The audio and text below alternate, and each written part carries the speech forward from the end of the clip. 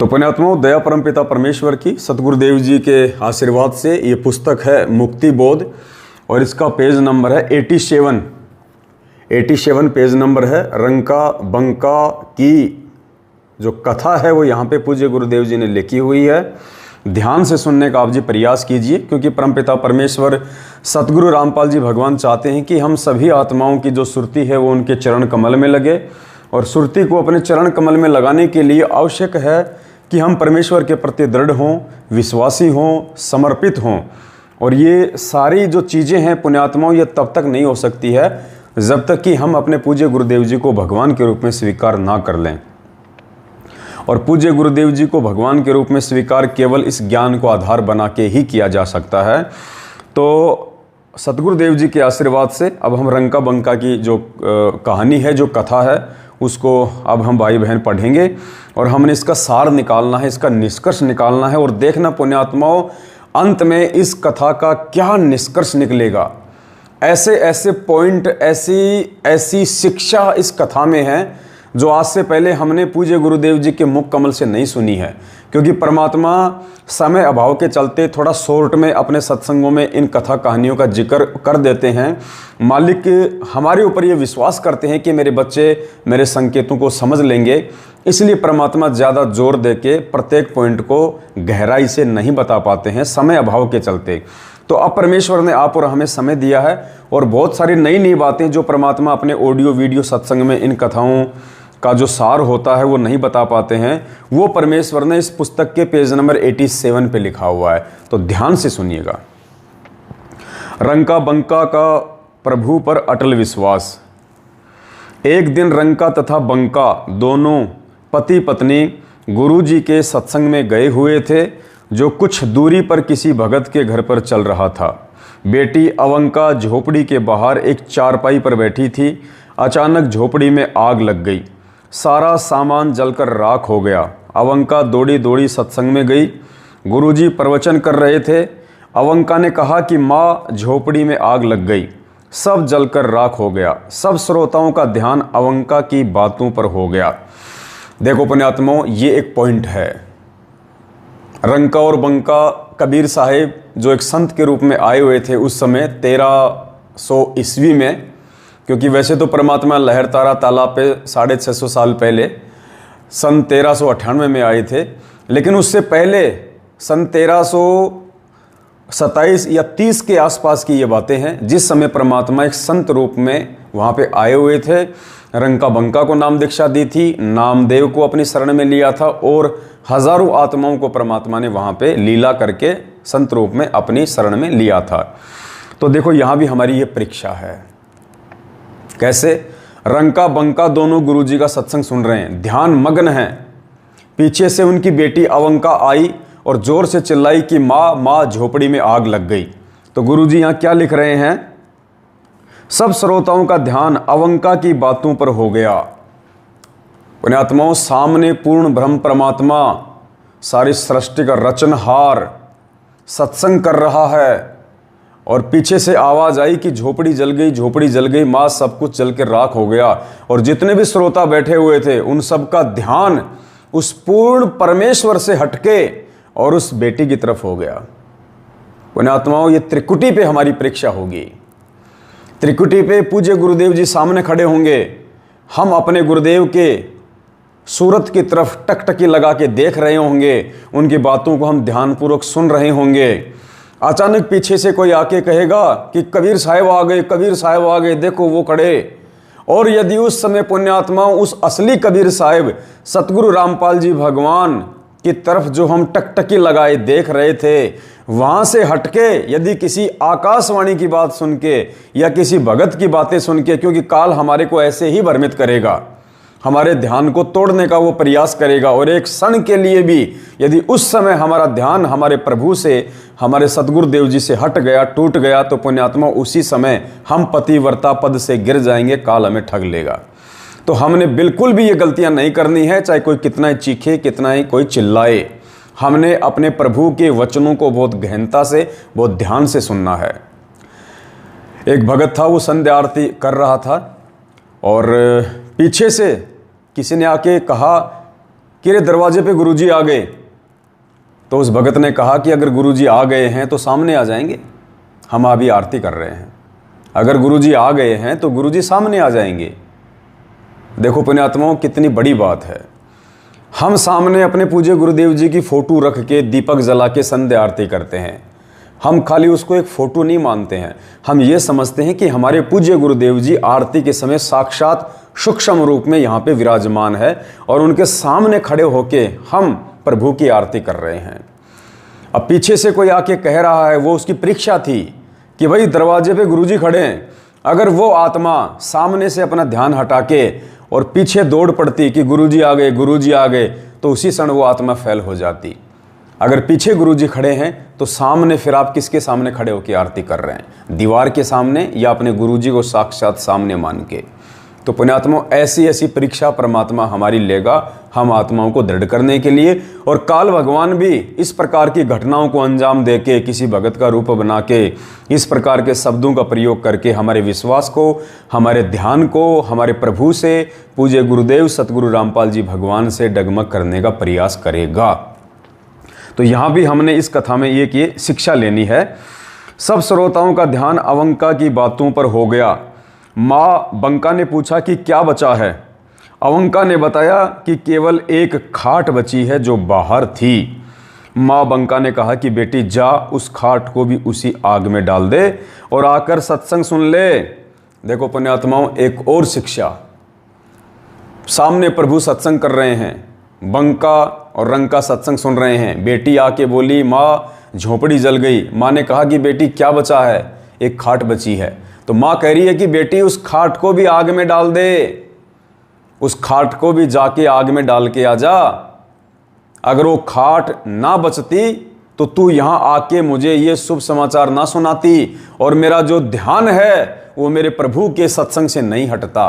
बेटी, असली धन वो झोपड़ी नहीं है, असली धन झोपड़ी में रखा हुआ वो सामान नहीं है, असली धन वो खाट नहीं है। भगत का असली धन प्रभु के वचन है, प्रभु का सत्संग है। बेटी, अगर इसमें भंग पड़ गया तो जीवन का सत्यानाश हो जाएगा। ये सत्संग रूपी धन नहीं जलना चाहिए। और सांसारिक धन तो फिर आ जाएगा, परमेश्वर और दे देगा, लेकिन ये सत्संग रूपी धन जो आज हम बटोर रहे हैं, बेटी ये जीवन में दोबारा नहीं मिलेगा। ये अगर हाथ से छूट गया, ये अगर जल गया, बेटी ये वापस नहीं आएगा। और परमेश्वर भी अपनी वाणी में कहते हैं कि कबीरा सब जग निर्धना, धनवंता ना कोय, धनवंता सोई जानिए जिस पे राम नाम धन होए। तो देखिए कितनी अच्छी बात और कितनी गहरी शिक्षा परमेश्वर ने इस कथा के माध्यम से अपनी आत्माओं को दी है। माँ बंका ने कहा कि बेटी जा, उस खाट को भी उसी आग में डाल दे। कहने का मतलब है पुण्यात्माओं, आप और हम सभी भाई बहनों ने आज इन कथाओं को ध्यान में रख के, शिक्षा लेके हमने कितना विचार करना होगा। सोचिए कहाँ रंका बंका अवंका और कहाँ आज कलयुग की बिचली पीढ़ी वाले हम शिक्षित भाई बहन। पुण्यात्माओं, उस समय रंका वंका और रंका ये तो कभी साल 6 महीने में ही सत्संग सुना करते थे, या तो कभी परमेश्वर उनके घर पे आते थे या कभी उनका सत्संग में जाना होता था।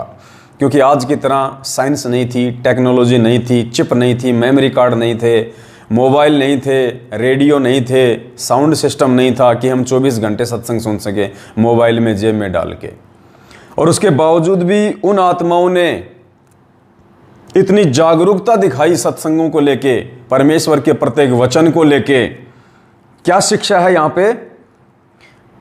माँ बंका ने कहा कि बेटी जा, उस खाट को भी उसी आग में डाल दे और आकर सत्संग सुन ले। कुछ जलने को रहेगा ही नहीं तो सत्संग में भंग नहीं पड़ेगा। बेटी, सत्संग हमारा धन है, यदि यह जल गया तो अपना सर्वनाश हो जाएगा। ये वंका के विचार हैं उस औरत के जो कभी कभार ही सत्संग सुना करती थी।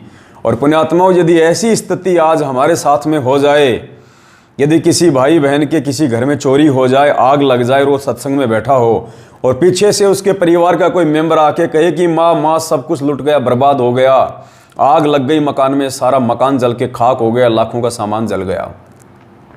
पुण्यात्माओं, आज हमारी स्थिति क्या वंका जैसी होगी? क्या हमारे अंदर वो हिम्मत है? क्या हमारे अंदर वो सामर्थ्य है?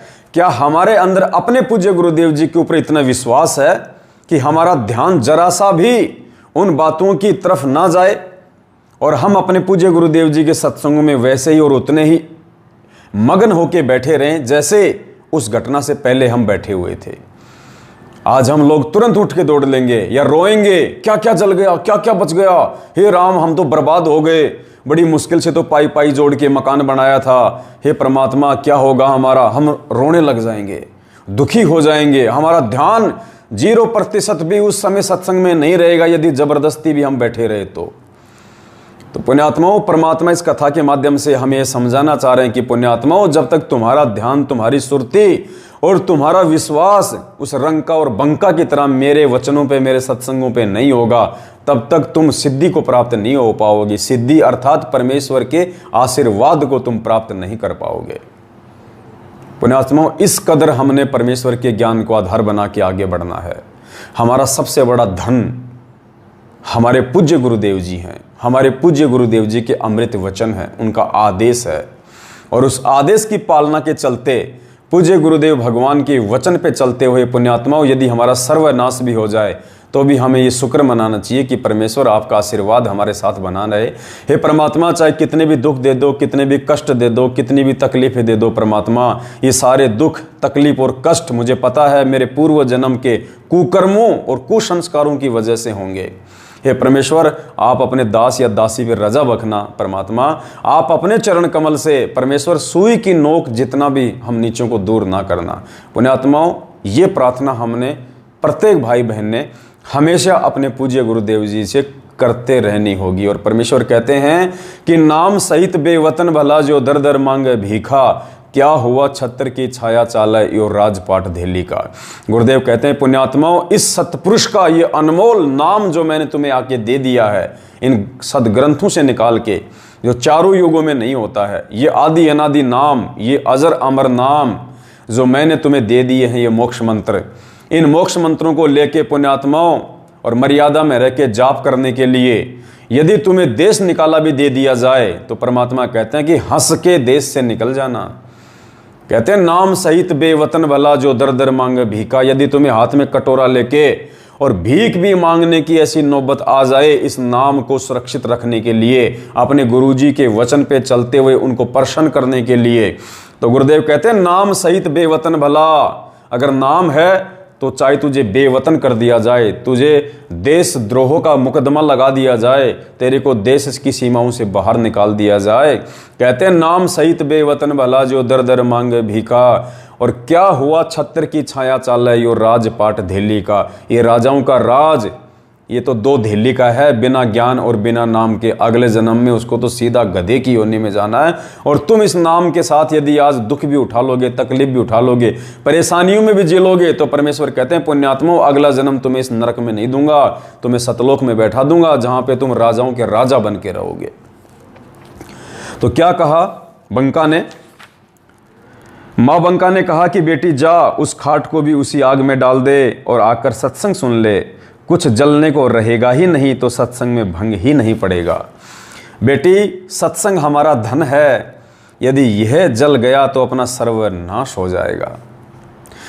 लड़की वापस गई और उस चारपाई को उठाया और उसी झोपड़ी की आग में डालकर आ गई और सत्संग में बैठ गई। जय हो बंदी छोड़ की। सत्संग के पश्चात अपने ठिकाने पर गए। अब देखना पुण्यात्माओं, फिर एक और गहरी शिक्षा, फिर और गहरी शिक्षा। और सोचिएगा पुण्यात्माओं, यदि उन आत्माओं की जगह हम होते तो हम क्या करते। सत्संग के पश्चात अपने ठिकाने पर गए। वहां एक पेड़ था, उसके नीचे वह सामान जो जलने का नहीं था, जैसे बर्तन, घड़ा आदि आदि रखे थे, उस पेड़ के नीचे बैठकर भजन करने लगे। सत्संग के पश्चात अपने घर पे गए और पुण्यात्माओं उस दुख को, उस हानि को रोने नहीं लगे कि हे भगवान, हम तो सत्संग में भी गए थे, फिर भी पीछे से हमारा ये सर्वनाश क्यों हो गया। हे परमात्मा, क्या आपको मालूम नहीं था, हम तो वैसे ही निर्धन थे, हम गरीब थे। हे परमेश्वर, हमने तो सुना था कि जो तेरी तरफ 2 कदम बढ़ाता है, जो तेरे सत्संग की तरफ चलता है परमात्मा, आप तो उसके वारे न्यारे कर देते हो। हे गुरुजी, हमारे साथ ऐसी अनहोनी क्यों हो गई।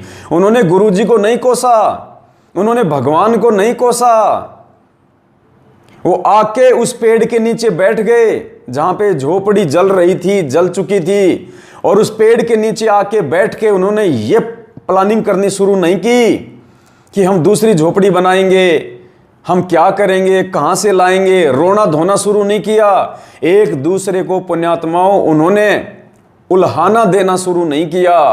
ये परमात्मा हमें एक सामाजिक जीवन का पाठ भी यहाँ पे पढ़ा रहे हैं कि यदि तुमने सत्संग ले लिया है, सच्चे सतगुरु की शरण में आ गए हो, और यदि तुम्हें अपने गुरु पे विश्वास है, तो पुण्यात्मा फिर यकीन मानना वो हानि और वो लाभ सब कुछ गुरु के हाथ में है।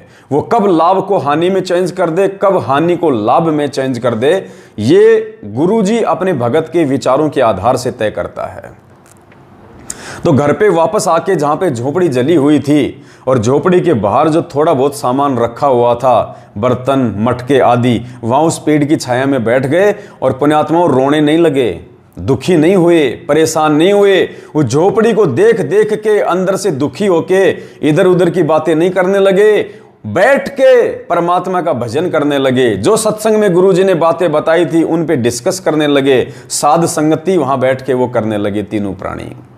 शिक्षा पुण्यात्माओं, शिक्षा। सोचो यदि आज हमारे साथ में ऐसा हो जाए, यदि हम सत्संग में जा रहे हैं या सत्संग से आ रहे हैं, रास्ते में यदि हमारा मोबाइल गिर जाए या टूट जाए, फूट जाए, पुण्यात्माओं हम कितना कोसेंगे भगवान को, हम कितने दुखी हो जाते हैं कि अच्छा गया सत्संग में, ना जाता तो ठीक था, मेरा मोबाइल चोरी हो गया, वहाँ तो चोर आते हैं, मेरा मोबाइल फूट गया, रास्ते में गिर गया, क्या फ़ायदा हुआ, नहीं जाता तो ही ठीक था।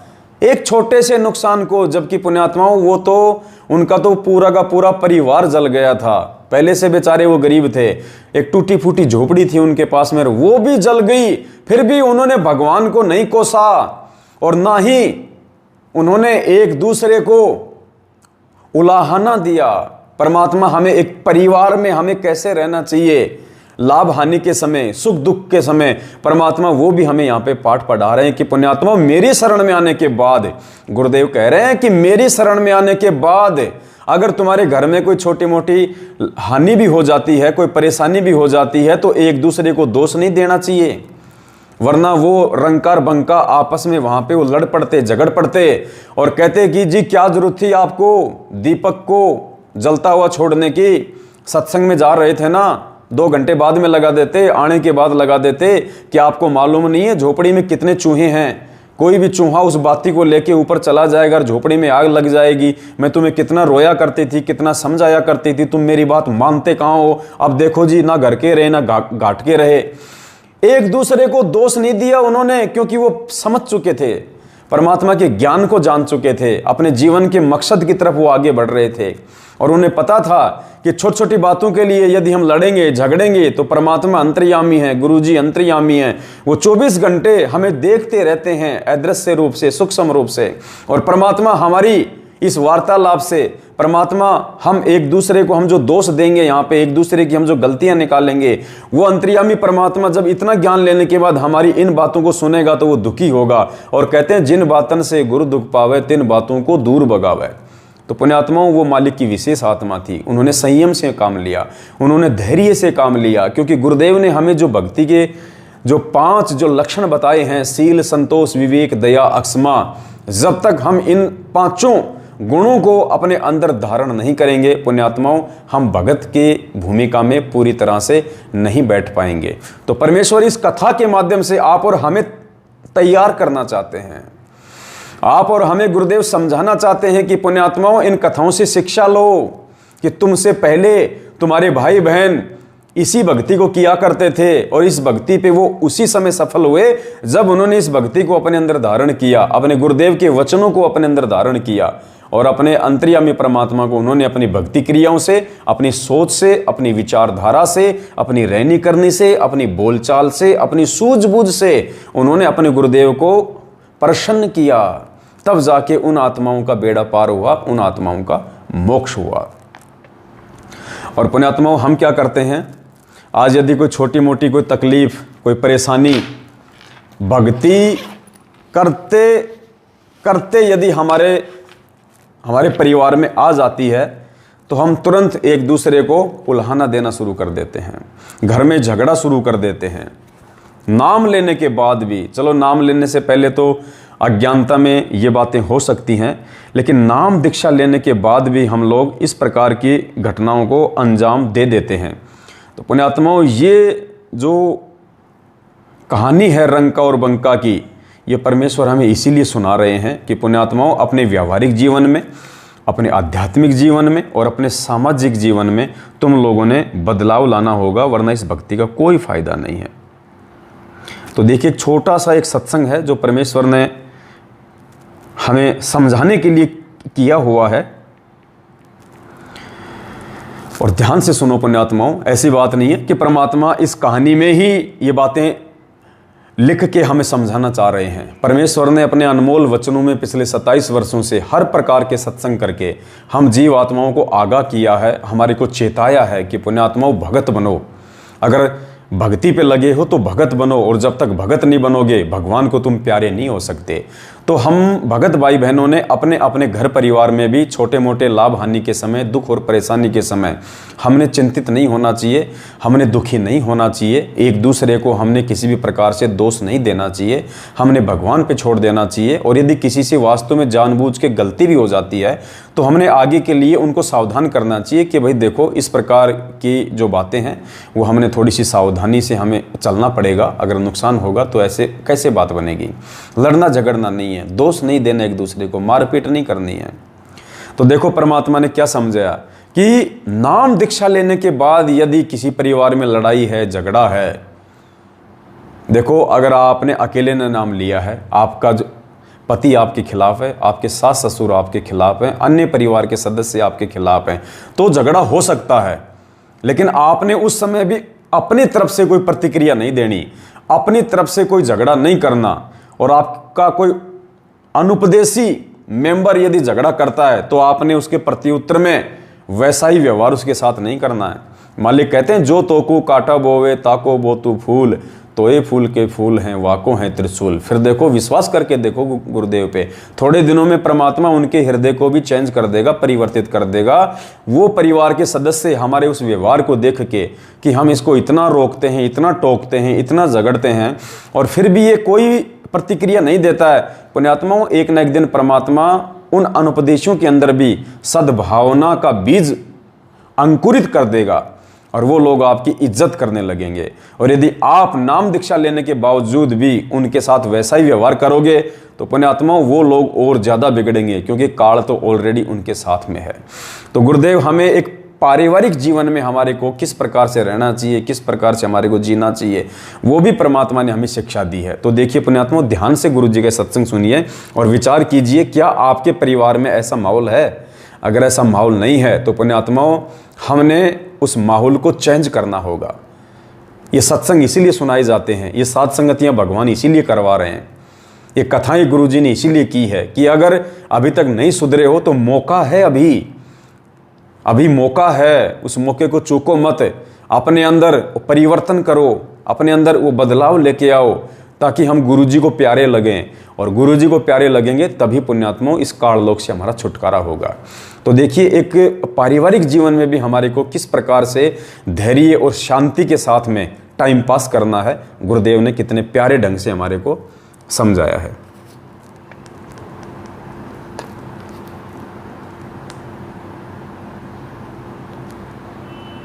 पुण्यात्माओं,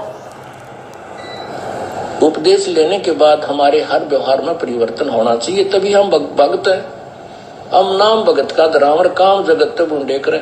तो क्या कि भगत भी लड़ाई झगड़ा, छोटी छोटी बातों में खर्चा तानी है, थोड़ा हानि लाभ हो जाए, फिर वो कंजरपना, फिर क्या फायदा इस भक्ति का?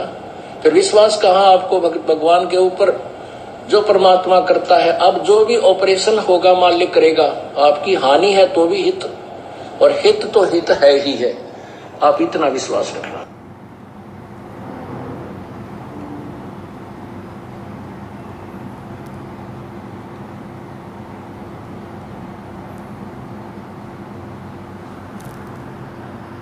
पुण्यात्माओं, उपदेश लेने के बाद हमारे हर व्यवहार में परिवर्तन होना चाहिए, तभी हम भगत हैं। हम नाम भगत का धरावर, काम जगत तक ढूंढे करें। तो क्या कि भगत भी लड़ाई झगड़ा, छोटी छोटी बातों में खर्चा तानी है, थोड़ा हानि लाभ हो जाए फिर वो कंजरपना, फिर क्या फायदा इस भक्ति का? फिर विश्वास कहाँ आपको भगवान के ऊपर जो परमात्मा करता है? अब जो भी ऑपरेशन होगा मालिक करेगा, आपकी हानि है तो भी हित, और हित तो हित है ही है, आप इतना विश्वास रखना। तो गुरुदेव कह रहे हैं कि नाम लेने के बाद भी यदि तुम छोटी मोटी हानि हो जाने पे अपने घर में लड़ाई झगड़ा करोगे, एक दूसरे को दोष दोगे, तो गुरुदेव कहते हैं फिर उस घर में भक्ति नहीं है, वो कंजरपना है। फिर तुम्हें विश्वास कहाँ हुआ अपने गुरुदेव पे? अगर नाम दीक्षा लेने के बाद और यदि तुम मर्यादा में हो और फिर भी यदि कोई छोटी मोटी हानि तुम्हारे साथ में हो रही है, तो पुण्यात्माओं परमेश्वर की तरफ से वो परीक्षा होती है, परीक्षा। क्योंकि दुख में, तकलीफ़ों में, छोटे मोटे संकटों में ही भगवान अपने भगत की परीक्षा लेगा।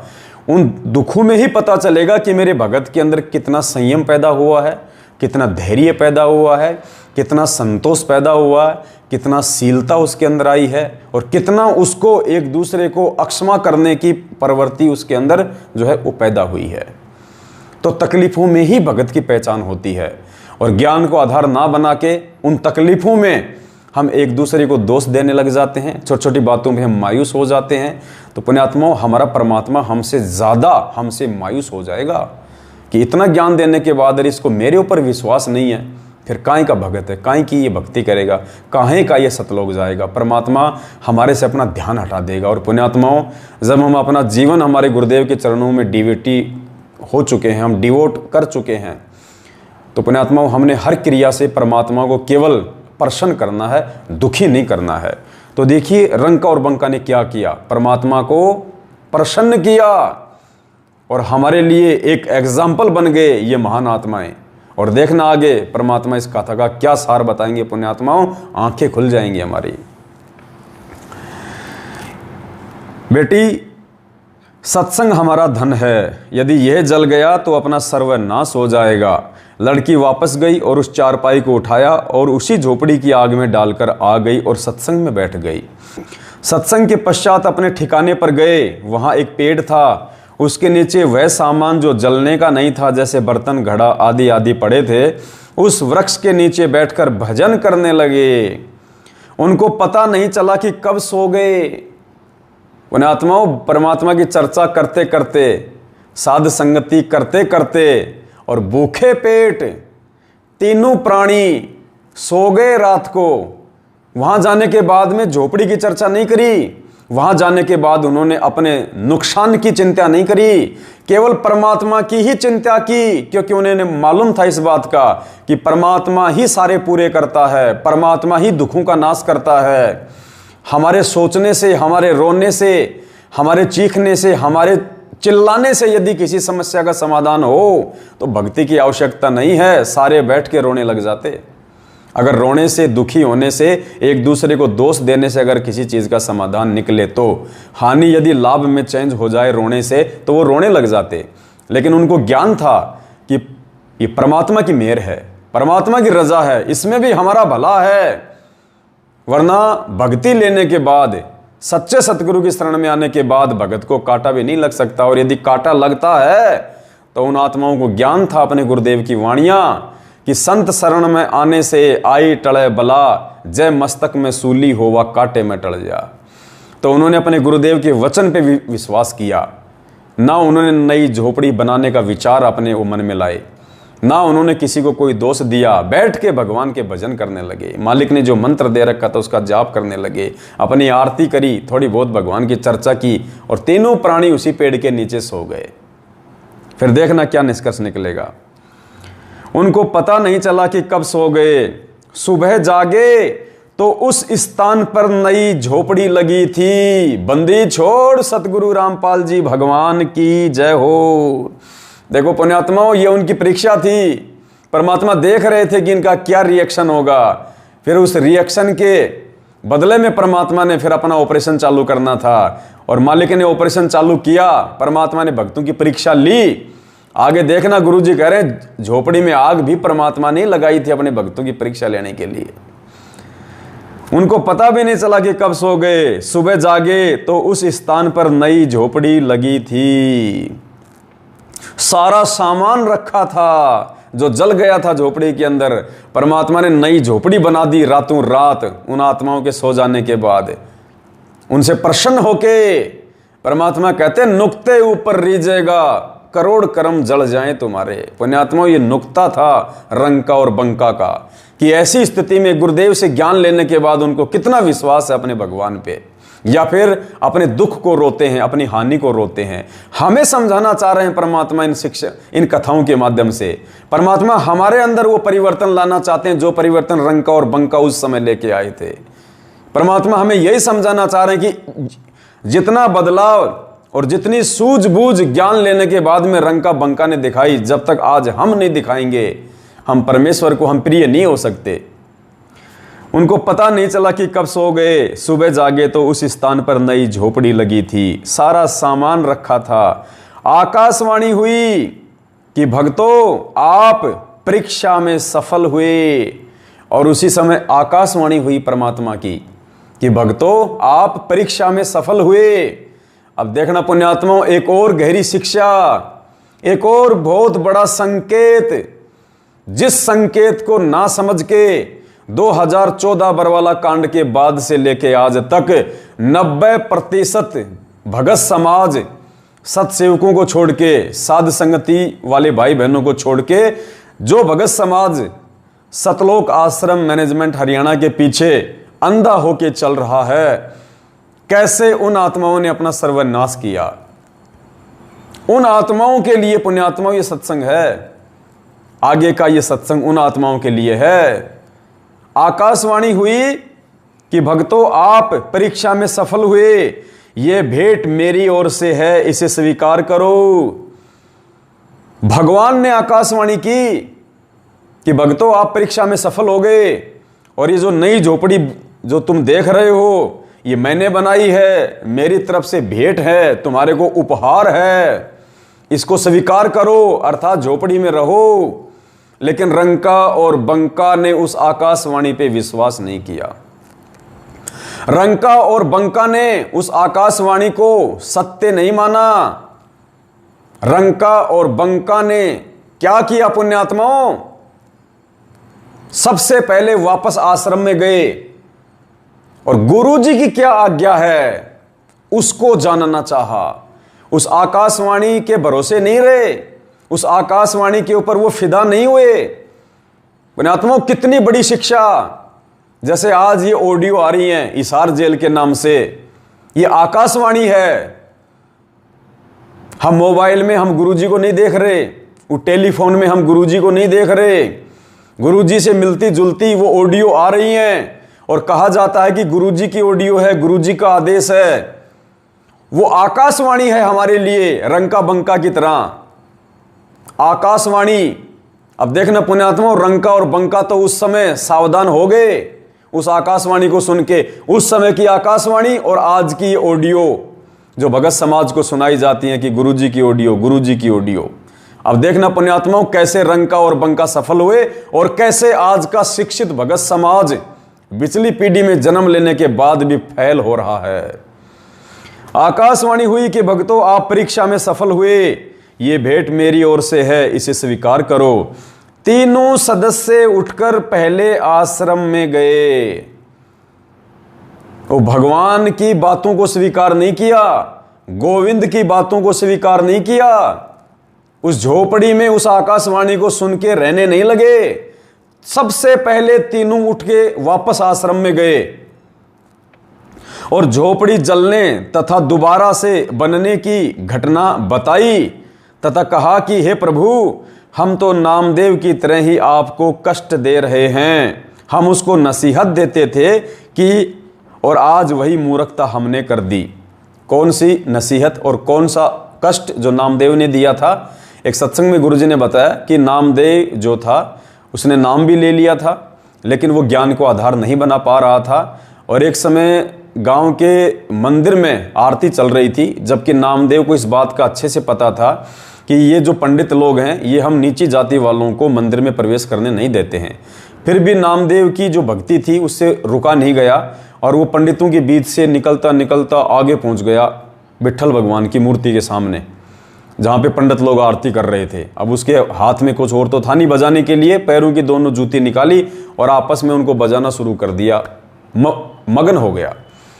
उसी समय उन पंडितों ने देखा ये नीच जाति का ये अछूत यहाँ आ गया, इसने तो सब कुछ दूषित कर दिया। उसको उठा के मंदिर के पीछे की साइड में फेंक दिया। नामदेव जी वहाँ पे भी जूतियाँ बजा रहे हैं।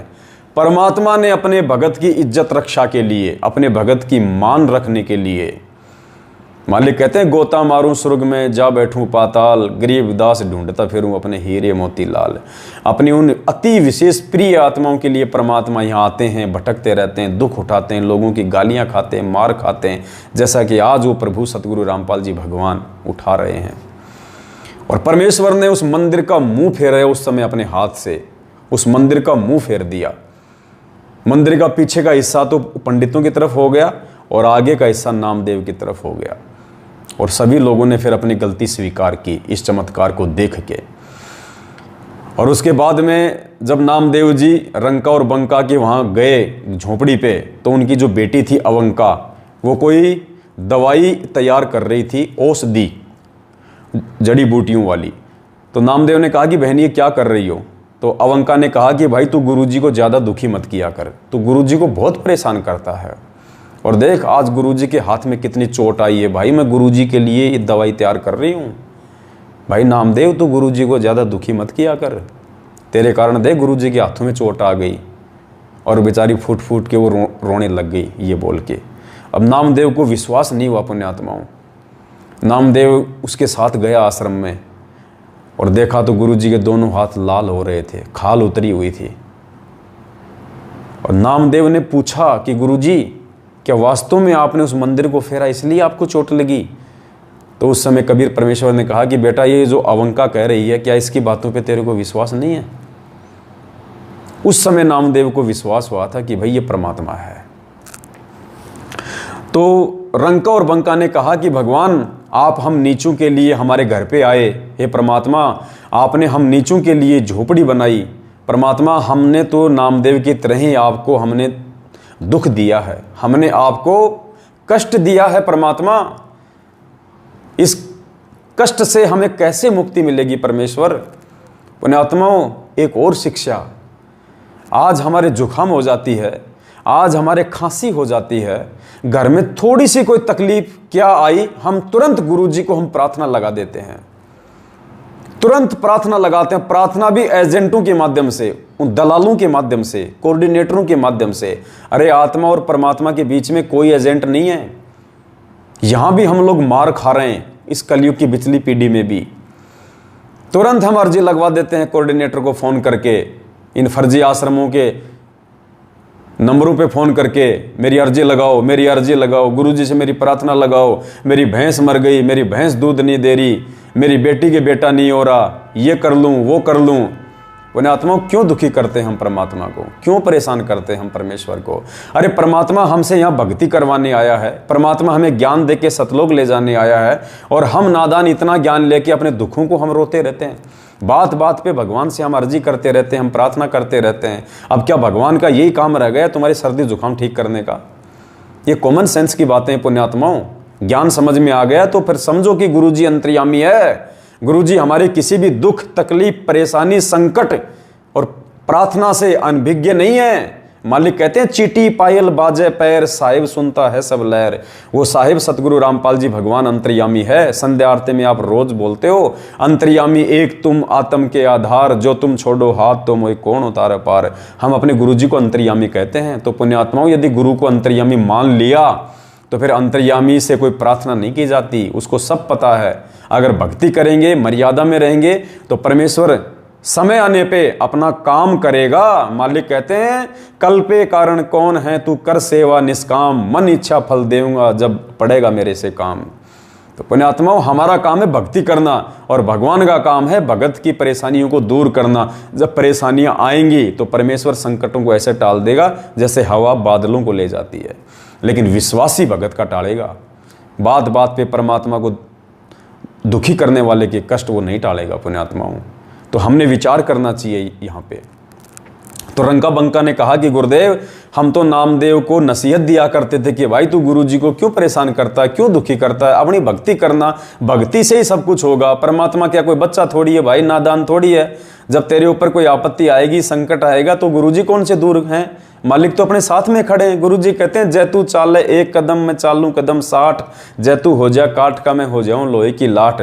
तो कह रहे कि गुरुजी हम तो व्यर्थ में नामदेव को ही नसीहत दिया करते थे, उसको सलाह दिया करते थे कि गुरुजी को दुखी ना किया कर।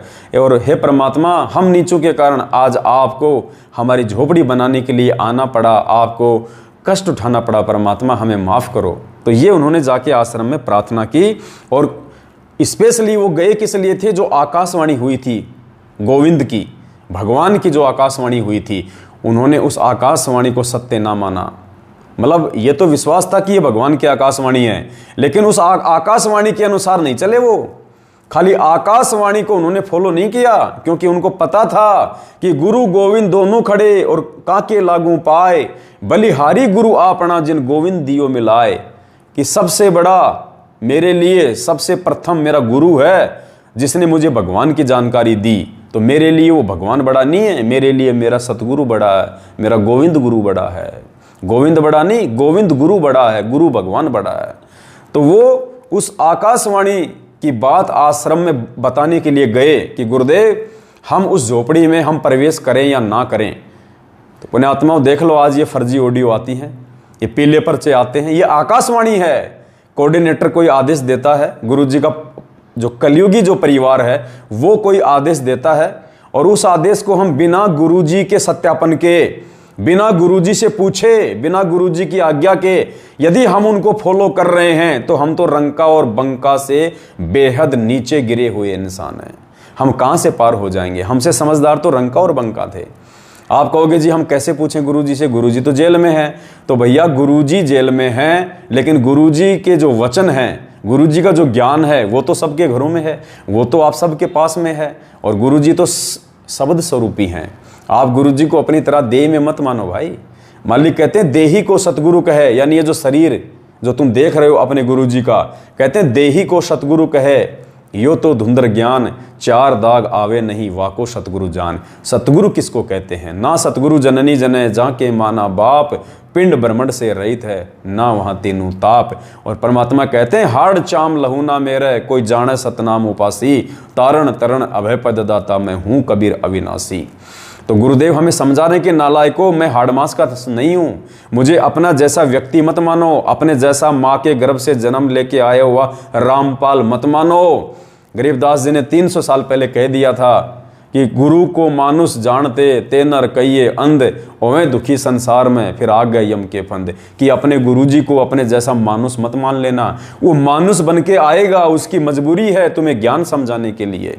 अगर गुरुजी हमारे जैसे मानुष बन के ना आए तो बताओ, हम कोई गाय की भाषा थोड़ी जानते हैं, हम कोई शेर की भाषा थोड़ी जानते हैं। गुरुजी सत्संग सुनाने के लिए हमारे जैसे ही बन के आएंगे, हमारी ही भाषा बोलेंगे। तो गुरुजी की मजबूरी है हम नीचों को ये ज्ञान समझाने के लिए हमारे जैसा बन के आना। लेकिन वो हमारे जैसे नहीं है, वो विदेह हैं, वो देही में नहीं है, वो विदेह हैं। पुण्यात्माओं, देह और विदेह का परमात्मा ने बहुत अच्छे से अंतर स्पष्ट करके बताया है। हम यही तो धोखा खा रहे हैं। 650 साल पहले भी हमने यही धोखा खाया था, धर्मदास की तरह। हमने अपने गुरुजी को अपने जैसा मान लिया। धर्मदास जी ने कहा कि परमात्मा तुम कहो विदेही और मुझे दिखाई देते हो तुम देही। तुम कहते हो कि मैं तो विदेह हूँ धर्मदास, मैं तेरी तरह हाड़मास का नहीं हूँ, और गुरुजी आप मुझे दिखाई दे रहे हो मेरे जैसे। क्योंकि पुण्यात्मा ज्ञान नहीं था उस समय, परमात्मा ने मूल ज्ञान नहीं दिया था उस समय, छुपा के रखना था।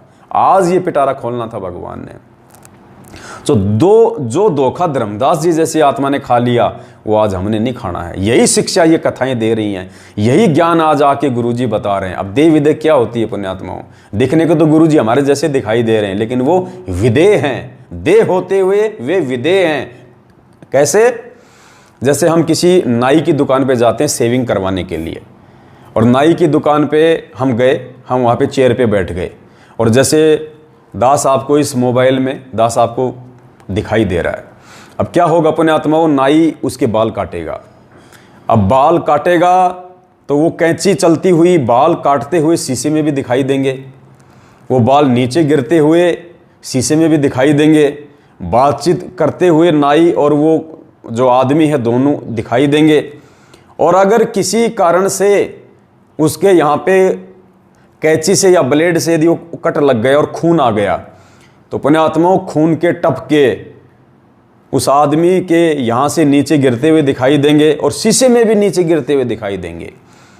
लेकिन बाहर जो आदमी है उसके खून के यदि हाथ लगाया जाएगा तो उसकी उंगली पे लग जाएगा कि देखो ये कट गया। अगर शीशे में जो सेम टू सेम ऐसा ही दिखाई दे रहा है, खून दिखाई दे रहा है, गिरता हुआ दिखाई दे रहा है, लेकिन शीशे में यदि हम उस खून के ऊपर हाथ रखेंगे तो पुण्यात्माओं खून उंगली के नहीं लगेगा, जबकि सेम टू सेम दिखाई दे रहा है। तो यही अंतर है देह में और विदेह में। हमारे गुरुदेव हमारे जैसे ही दिखाई देंगे, हमारे जैसे ही हाड़ मांस के दिखाई देंगे, हमारी जैसे ही वो क्रिया करते हुए दिखाई देंगे, लेकिन असल में वे विदेह हैं।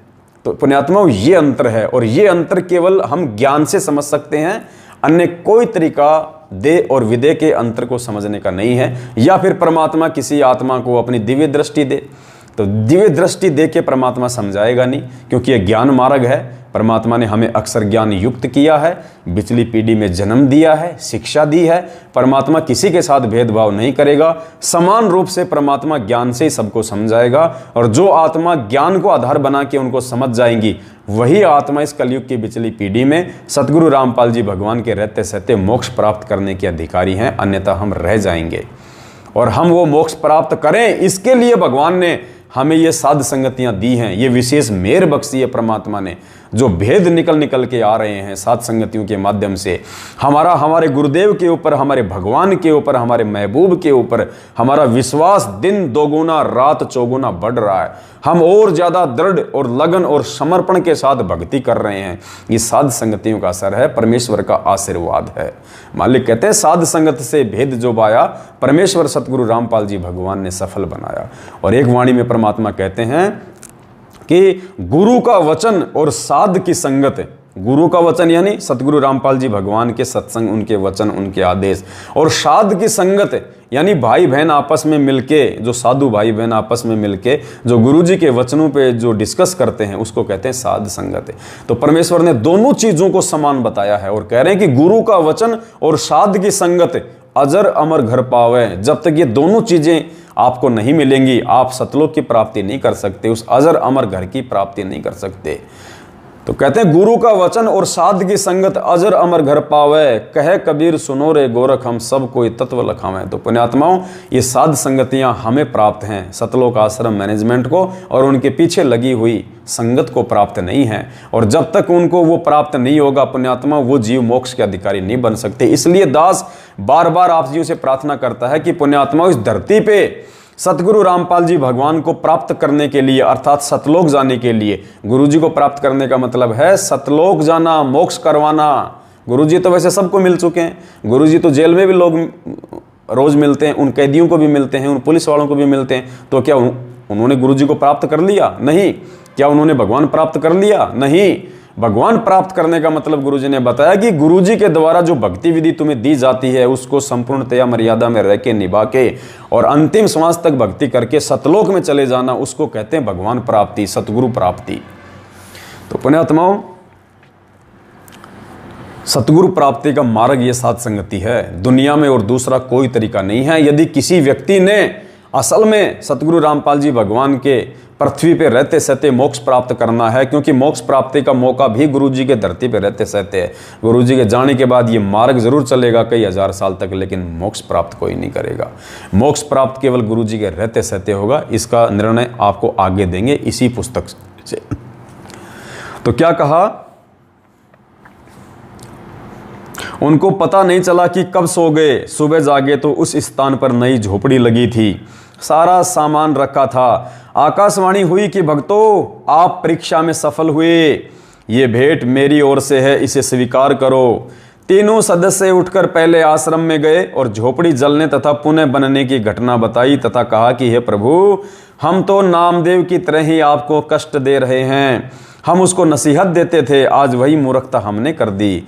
सतगुरु जी ने कहा, देखना फिर गुरु जी ने क्या कहा, गुरुजी ने क्या कहा, जब रंका और बंका ने भगवान की भविष्यवाणी को स्वीकार नहीं किया, भगवान के द्वारा दी गई उस भेंट को स्वीकार नहीं किया, और आज हम 14 जून को दाढ़ी मूंछ वाले को भगवान मान के काल्पनिक फोटो को कबीर प्रगट दिवस मना रहे हैं, वहां नाक रगड़ रहे हैं, वहां पे अपनी जो है मन्नतें मांग रहे हैं। पुण्यात्मा, धिक्कार है हमारे जीवन पे, धिक्कार यदि हमने भगवान को नहीं पहचाना तो। और कागज के टुकड़े को भगवान मान के हम उसके आगे भीख मांग रहे हैं, क्या मिलेगा हमें? कुछ नहीं मिलेगा सिवाय काल भगवान के। रंका बंका को तो खुद आकाशवाणी करके और भगवान ने कहा था कि झोपड़ी मैंने बनाई, इसमें रहो तुम। उसके बाद भी उन्होंने झोपड़ी को स्वीकार नहीं किया, और हम बिना दिए भिखारी की तरह आगे जा जाके हाथ खड़े कर रहे हैं, जबकि असली कबीर परमात्मा सतगुरु रामपाल जी भगवान हमारे सतगुरु के रूप में धरती पे हैं। और फिर भी हमें कागज के टुकड़े को भगवान मान के और मूर्खों के पीछे लग के उस जिंदा कबीर सतगुरु रामपाल जी भगवान का 8 सितंबर के दिन प्रगट दिवस ना मना के 14 जून को कागज के टुकड़े का, जिसका हमारे जीवन में कोई महत्व नहीं है, वो कागज का टुकड़ा ना हमें सत्संग सुना सकता, ना आशीर्वाद दे सकता, ना हमारे कार्य सिद्ध कर सकता, उसको तो हम भगवान मान रहे हैं। और 27 साल से जो हमें असंख्य सुख दे रहा है, लाभ दे रहा है, आशीर्वाद दे रहा है, हमें प्यार दे रहा है अपने मां बाप से ज्यादा,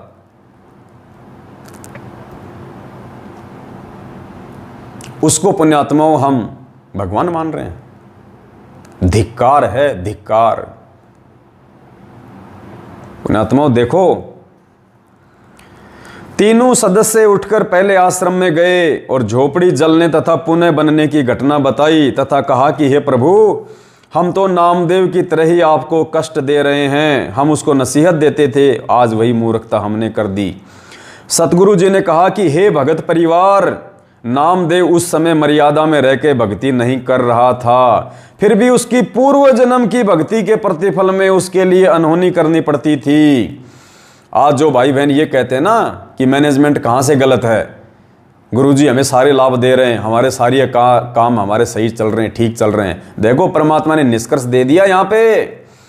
रंका बंका को क्या कहा गुरुजी ने? परमात्मा कहते हैं कि हे भगत परिवार, नामदेव उस समय मर्यादा में रह के भक्ति नहीं कर रहा था। कब? जब परमात्मा ने उसके लिए अनहोनी की, परमात्मा ने उसके लिए चमत्कार किया, परमात्मा ने उसके लिए मंदिर का मुंह फेर दिया। उस समय गुरुजी कह रहे हैं कि उस समय भी नामदेव मर्यादा में रह के भक्ति नहीं कर रहा था, फिर भी परमात्मा ने अनहोनी करनी पड़ी, चमत्कार करना पड़ा भगत का। क्यों? नामदेव के पिछले भक्ति संस्कार के चलते। तो इसी प्रकार पुण्यात्मा, आज जिन भाइयों की मैनेजमेंट के साथ रहते रहते भी, क्योंकि मैनेजमेंट की संगति का मतलब है मर्यादा तोड़ना, और मर्यादा टूटने के चलते भी यदि किसी भाई बहन को थोड़े बहुत लाभ मिल रहे हैं तो पुण्यात्माओं, इस गफलत में ना रहना कि भगवान का आशीर्वाद तुम्हारे ऊपर है, गुरुजी तुम पे प्रसन्न है, गुरुजी तुम्हें लाभ दे रहे हैं। नहीं, तुम्हारी बैटरी चार्ज है, थोड़ी बहुत जो भक्ति तुम्हारे पास में जो पहले की जो बची हुई है, या जितने समय तुमने मर्यादा में रह के गुरुजी की भक्ति करी, उसका प्रतिफल तुम्हें मिल रहा है। आने वाले समय में देखना जो कष्ट तुम भोगोगे, अगर साथ संगति से समय रहते नहीं जुड़े, गुरुजी से अपने उन तमाम कुकर्मों की जो तुमने सतलोक आश्रम मैनेजमेंट हरियाणा के साथ में रह के कमाए हैं, उनकी समायाचना नहीं की और साथ संगत से नहीं जुड़े तो, वरना जैसे कोरोना में हजारों मरे तुम्हारे अपने भाई बहन, सारनामी सतनामी तक को नहीं बचाया परमात्मा ने, और सत्सेवकों का परमात्मा ने एक नाखून तक नहीं उतरने दिया। हे भगत परिवार, नामदेव उस समय मर्यादा में रह के भक्ति नहीं कर रहा था, फिर भी उसकी पूर्व जन्म की भक्ति के प्रतिफल में उसके लिए अनहोनी करनी पड़ी, जो मुझे कष्ट होता था। उल्टा तुम गुरुजी को कष्ट देते हो। और पुण्यात्माओं, भगत के साथ परमात्मा अनहोनी उसकी मर्यादाओं में रहने के चलते करता है। फिर देखना, आप मर्यादा में रह के भक्ति कर रहे थे, गुरुजी ने क्या कहा रंका बंका को कि आप मर्यादा में रह के भक्ति कर रहे हो, इसलिए आपकी आस्था परमात्मा में बनाए रखने के लिए अनहोनी की। कौन सी अनहोनी? झोपड़ी लगाने की, झोपड़ी बनाने की। पुण्यात्माओं, आगे देखना, आंखें खोल देगी ये कथा। आंखें आज छोटी छोटी समस्याओं को लेके, छोटे छोटे दुखों को लेके, छोटी छोटी तकलीफों को लेके हम जो रोने लग जाते हैं, थोड़ी सा संकट क्या आया, हम परिवार में लड़ाई झगड़ा शुरू कर देते हैं। देखना पुण्यात्माओं, क्या कह रहा है परमपिता परमात्मा, कितनी बड़ी शिक्षा दे रहे हैं यहां में गुरुदेव। क्या कह रहे हैं परमात्मा? गुरुदेव ने क्या कहा फिर आगे रंका बंका को? आग भी मैंने लगाई थी, आपका दृढ़ निश्चय देखकर झोपड़ी भी मैंने बनाई है। पुण्यात्माओं, आग भी गुरुजी ने लगाई थी परीक्षा लेने के लिए, और उनका दृढ़ विश्वास देख के उस झोपड़ी की चर्चा ना करके वो परमात्मा की चर्चा करते करते सो गए। कि मालिक कहते हैं कि तुलसी बिरवा बाग में सींचत भी मुरझावे, और राम भरोसे जो चले वो पर्वत पे लहरावे। तो रंका और बंका अपने राम, अपने सतगुरु के भरोसे रहे। उन्होंने लाभ आने की चिंता नहीं करी कि गुरुजी साथ में है तो क्या लाभ और क्या हानि, परमात्मा से बड़ा कोई लाभ नहीं हो सकता। भगवान मिल गया, गुरुजी ने नाम दे दिया, इससे बड़ा लाभ दुनिया में कोई नहीं, इससे बड़ा धन कोई नहीं है। अरे झोपड़ी क्या जल गई, कल को तो हम भी जलेंगे, हम भी मरेंगे। इस नश्वर वस्तुओं को क्या रोना, परमात्मा की सोचो, नाम की सोचो, मर्यादाओं की सोचो। तो इन बातों पे प्रसन्न होके अपने भक्तों की क्या कहा परमात्मा ने कि आग भी मैंने लगाई थी। देखो पुण्यात्माओं, परमात्मा कैसी कैसी अनहोनी घटनाओं को जन्म देता अपने भगत की परीक्षा लेने के लिए। दुख में, तकलीफों में भगत की परीक्षा होती है। और नाम लेने के बाद यदि भगत पे कोई संकट आ रहा है, उसके दो ही कारण बताए गुरुजी ने कि पहली बात तो संकट आता नहीं, और यदि संकट आ रहा है तो या तो तुम्हारी मर्यादा खंडित है, तो जांच लो कि तुमने क्या गलती की है, तुमने कहां गलती की है जिसके चलते तुम्हारे ऊपर संकट आ रहे हैं, दुख आ रहे हैं। और यदि तुम मर्यादा में और फिर भी तुम्हारे ऊपर दुख संकट आ रहे हैं, फिर समझ लेना कि गुरुजी तुम्हारी परीक्षा ले रहे हैं। तुमने और ज्यादा सतर्क हो जाना चाहिए कि परमात्मा परीक्षा ले रहा है। गरीब कच्चा हीरा कृच हो, नहीं सहे घनमार, ऐसा ये मन ओ रहा लेखा लेकर तार। पुण्यात्माओं, बहुत बड़ी मेहर की है पूज्य गुरुदेव जी ने आप और हमारे ऊपर इस कलयुग की बिचली पीढ़ी में पैदा करके, और ऊपर से मालिक ने अपनी शरण में लेके। पुण्यात्माओं, यो सौदा फिर नाही रे संतो, यो सौदा फिर नाही, लोहे जैसा ताव जात है काया दे सराही। ये मौका है परमात्मा ने मानव जन्म देके अपने शरण में लेके हमारा लोहे को गर्म कर रखा है। आज जितनी ज्ञान रूपी चोटें मार दोगे तो पुण्यात्माओं शरीर का मोक्ष हो सकता है, अन्यथा दूसरा कोई उपाय, कोई साधन नहीं बनेगा। आग भी मैंने लगाई थी आपका दृढ़ निश्चय देखकर, झोपड़ी भी मैंने बनाई है आप उसे स्वीकार करो।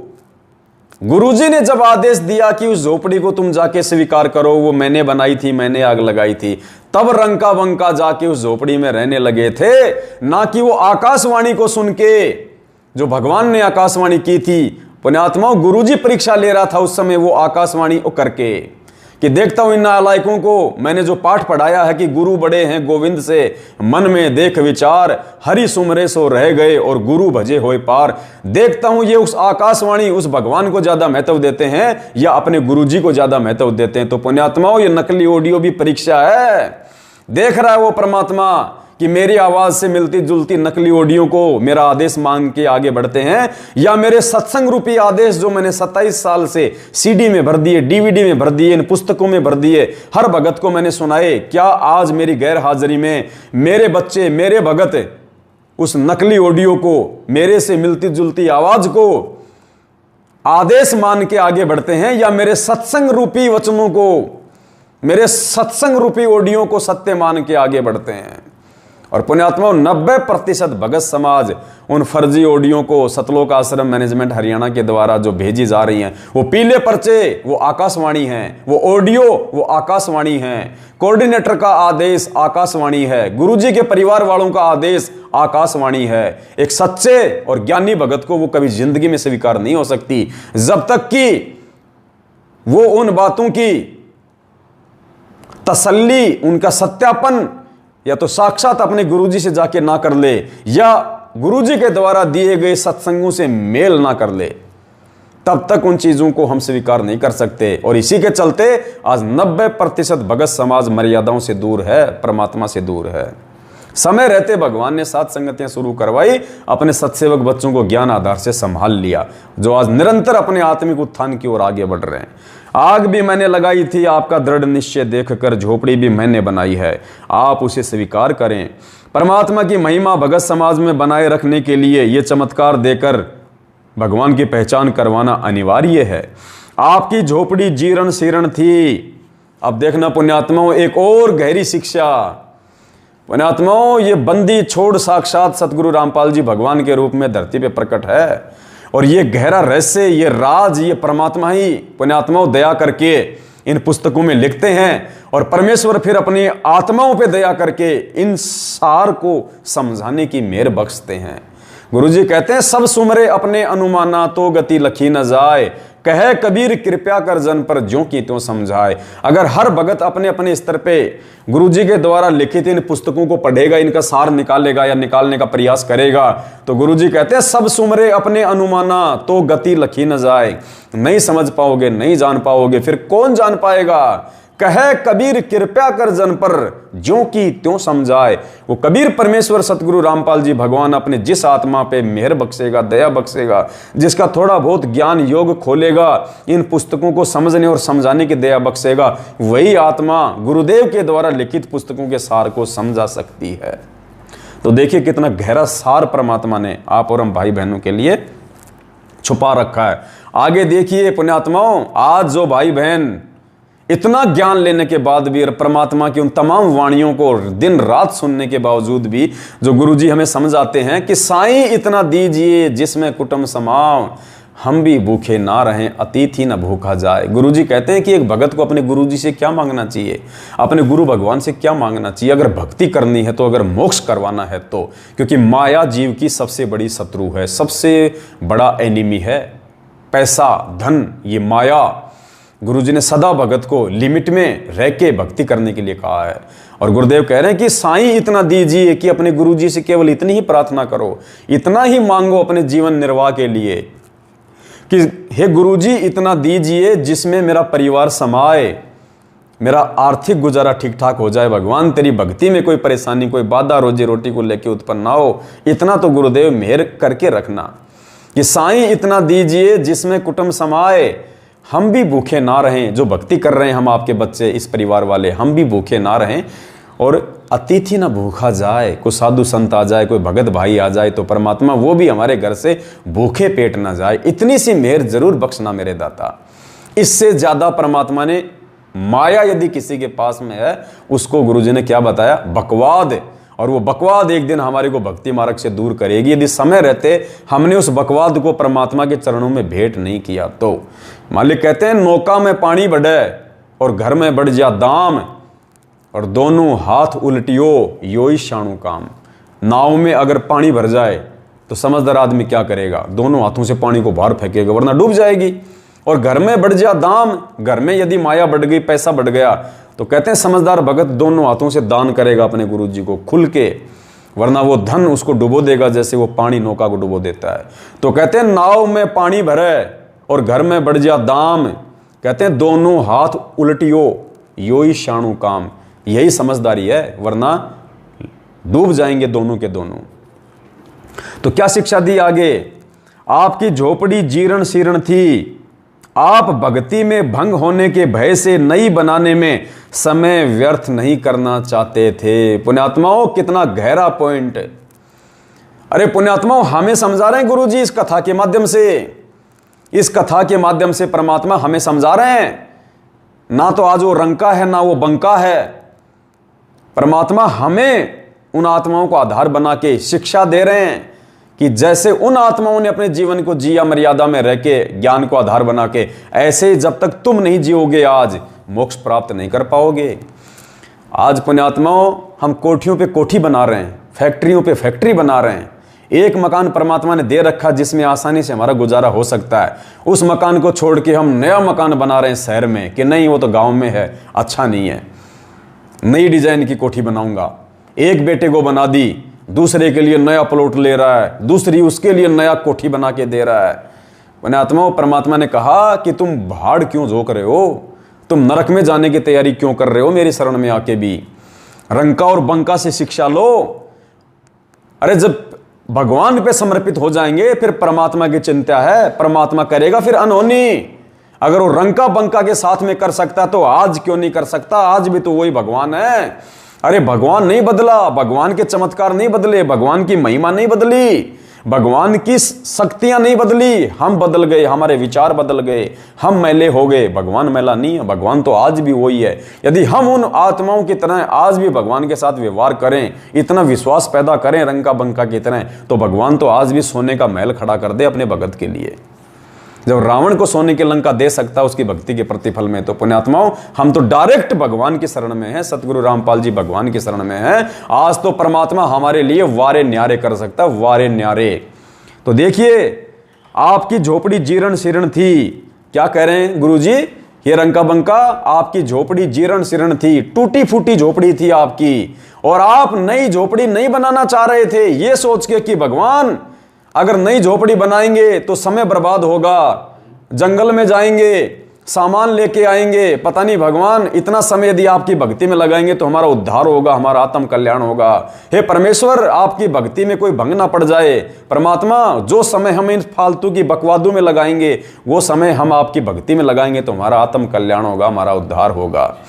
तो गुरुजी ने कहा कि बच्चों मुझे पता था कि तुम्हारी झोपड़ी टूटी हुई है और मुझे तुम्हारी झोपड़ी जो है वो नई बनानी थी, लेकिन उससे पहले मुझे तुम्हारी परीक्षा भी लेनी थी कि तुम मेरे द्वारा बनाई गई नई झोपड़ी में रहने के लायक योग्य भी हो या नहीं हो। तो परमात्मा ने उनकी परीक्षा ली, नई झोपड़ी बनाने के लिए पुरानी झोपड़ी में आग लगाई। अब देखो पुण्यात्माओं, ऐसे भगत के घर में यदि हानि होती है तो उसमें भी उसका लाभ है। कौन से भगत के घर में? मर्यादित भगत के घर में। मर्यादा तोड़ने वाले के तो नुकसान ही नुकसान है, लेकिन मर्यादित भगत के घर में यदि कोई हानि होती है तो उसमें देखो, उसमें उसका भला है, उसका लाभ है। जैसे रंका और बंका, क्योंकि उनकी झोपड़ी टूटी फूटी थी और बरसात में पानी टपका करता था, धूप आया करती थी, तो परमात्मा ने देखा भगत हैं और ये खुद नई झोपड़ी नहीं बनाना चाह रहे, और आज उधार मांग मांग के झोपड़ियां बना रहे हैं, उधार मांग मांग के मकान खड़े कर रहे हैं। ये ज्ञान लेने के बाद भी उन पत्थरों में पैसा बर्बाद कर रहे हैं। जहां सीमेंट से काम चलता है वहां पे मार्बल, टाइल, चिप्स, पता नहीं क्या क्या लगाते हैं। अनाप शनाप पैसा मिट्टी में बर्बाद कर रहे हैं। अरे भक्ति करेंगे तो भगवान हमारे साथ भी रंका बंका की तरह चमत्कार करेगा, वरना भगवान और भक्ति की आवश्यकता क्या फिर इस कलयुग में? क्या मालूम पड़ेगा फिर भगवान क्या है, भगवान के चमत्कार क्या है? लेकिन कोई भगत भी तो चाहिए, वैसा भगत भी तो चाहिए जिसके बलबूते पे परमात्मा चमत्कार करे। तो पुण्यात्मा वो भगत बनने का हम प्रयास करें सभी भाई बहन। तो रंका बंका से हम शिक्षा लें और इस माया का सदुपयोग परमात्मा के चरणों में दान धर्म करके करें, ना कि उन पत्थरों में लगा के। तो क्या कहा परमेश्वर ने? आपकी झोपड़ी जीर्ण शीर्ण थी, आप भक्ति में भंग होने के भय से नई बनाने में समय व्यर्थ नहीं करना चाहते थे। मैं आपके लिए पक्का मकान भी बना सकता हूं, सोने का भी बना सकता हूं, क्योंकि आप प्रत्येक परीक्षा में सफल रहे। गुरुजी कह रहे हैं बेटो, मैंने तुम्हारी जो परीक्षा ली, तुम्हारी झोपड़ी जला के और वो आकाशवाणी करके तुम्हारे विश्वास की, तुम्हारे ज्ञान की मैंने जो परीक्षा ली है, उस परीक्षा के बलबूते पे जो तुमने उस परीक्षा में जो सफल हुए हो पुण्यात्मा, उसके बलबूते पे गुरुजी ने कहा कि मैं तो तुम्हारे लिए पक्का मकान भी बना सकता हूं, सोने का मकान भी मैं बना सकता हूं। और हम पुण्यात्माओं ये नकली ऑडियो, ये फर्जी लेटर, ये पीले पर्चे, ये आकाशवाणी, हम तुरंत झुक जाते हैं। ओ गुरुजी का आदेश, गुरुजी का आदेश। अरे गुरुजी का आदेश ये है, ये जो तुम्हें पढ़ाया जा रहा है, गुरुजी का आदेश है 27 साल से किए गए सत्संग, गुरुजी की गैर हाजिरी में, गुरुजी की अनुपस्थिति में, गुरुजी के वचन, गुरुजी के सत्संग, गुरुजी के शब्द ही उनका असली आदेश होता है। भूल गए हम इन बातों को और मार खा रहे हैं आज। इसलिए परमात्मा कहते हैं ये संसार विघन की घाटी, कोई निकलेगा बिरला सूर, कोई सूरवीर आत्मा ही होगी जो इस काललोक से मुक्ति प्राप्त करके जाएगी। आपकी झोपड़ी जीर्ण शीर्ण थी, आप भक्ति में भंग होने के भय से नई बनाने में समय व्यर्थ नहीं करना चाहते थे। मैं आपके लिए पक्का मकान भी बना सकता हूं, सोने का भी बना सकता हूं, क्योंकि आप प्रत्येक परीक्षा में सफल रहे हो। उस दिन रास्ते में धन मैंने ही डाला था, नामदेव मेरे साथ में था। आप उस कुटिया में रहें और परमात्मा की भक्ति करें। रंका बंका ने उस मर्यादा का पालन किया, यानी आकाशवाणी हुई उसका पालन नहीं किया। कौन सी मर्यादा का पालन किया? गुरुजी के पास आश्रम में गए और कहा कि गुरुजी ऐसे ऐसे आकाशवाणी हुई है, ऐसे ऐसे झोपड़ी बनी है और ऐसे ऐसे आकाशवाणी में कहा गया है कि तुम उस झोपड़ी में रहो, मेरा आदेश है। लेकिन गुरुजी आपकी क्या आज्ञा है? उसको कहते ज्ञान आधार। इन फर्जी ऑडियो पे नीची गर्दन कर देना, इन पीले पर्चों पे नीची गर्दन कर देना, प्रत्येक उल्टे सीधे आदेश को मान लेना। आज बीजेपी को वोट देना है, आज कांग्रेस को वोट देना है, आज वहां रक्तदान करना, आज वहां देह दान करना है। लुट गई संगत, मर गई संगत, अपने पैर पे खुद कुल्हाड़ी मार दी संगत ने। ये कौन से दिन के लिए पुस्तकें हैं? ये पुस्तक तुम लोगों के हाथों में केवल दुनिया को बांटने के लिए नहीं दी भगवान ने।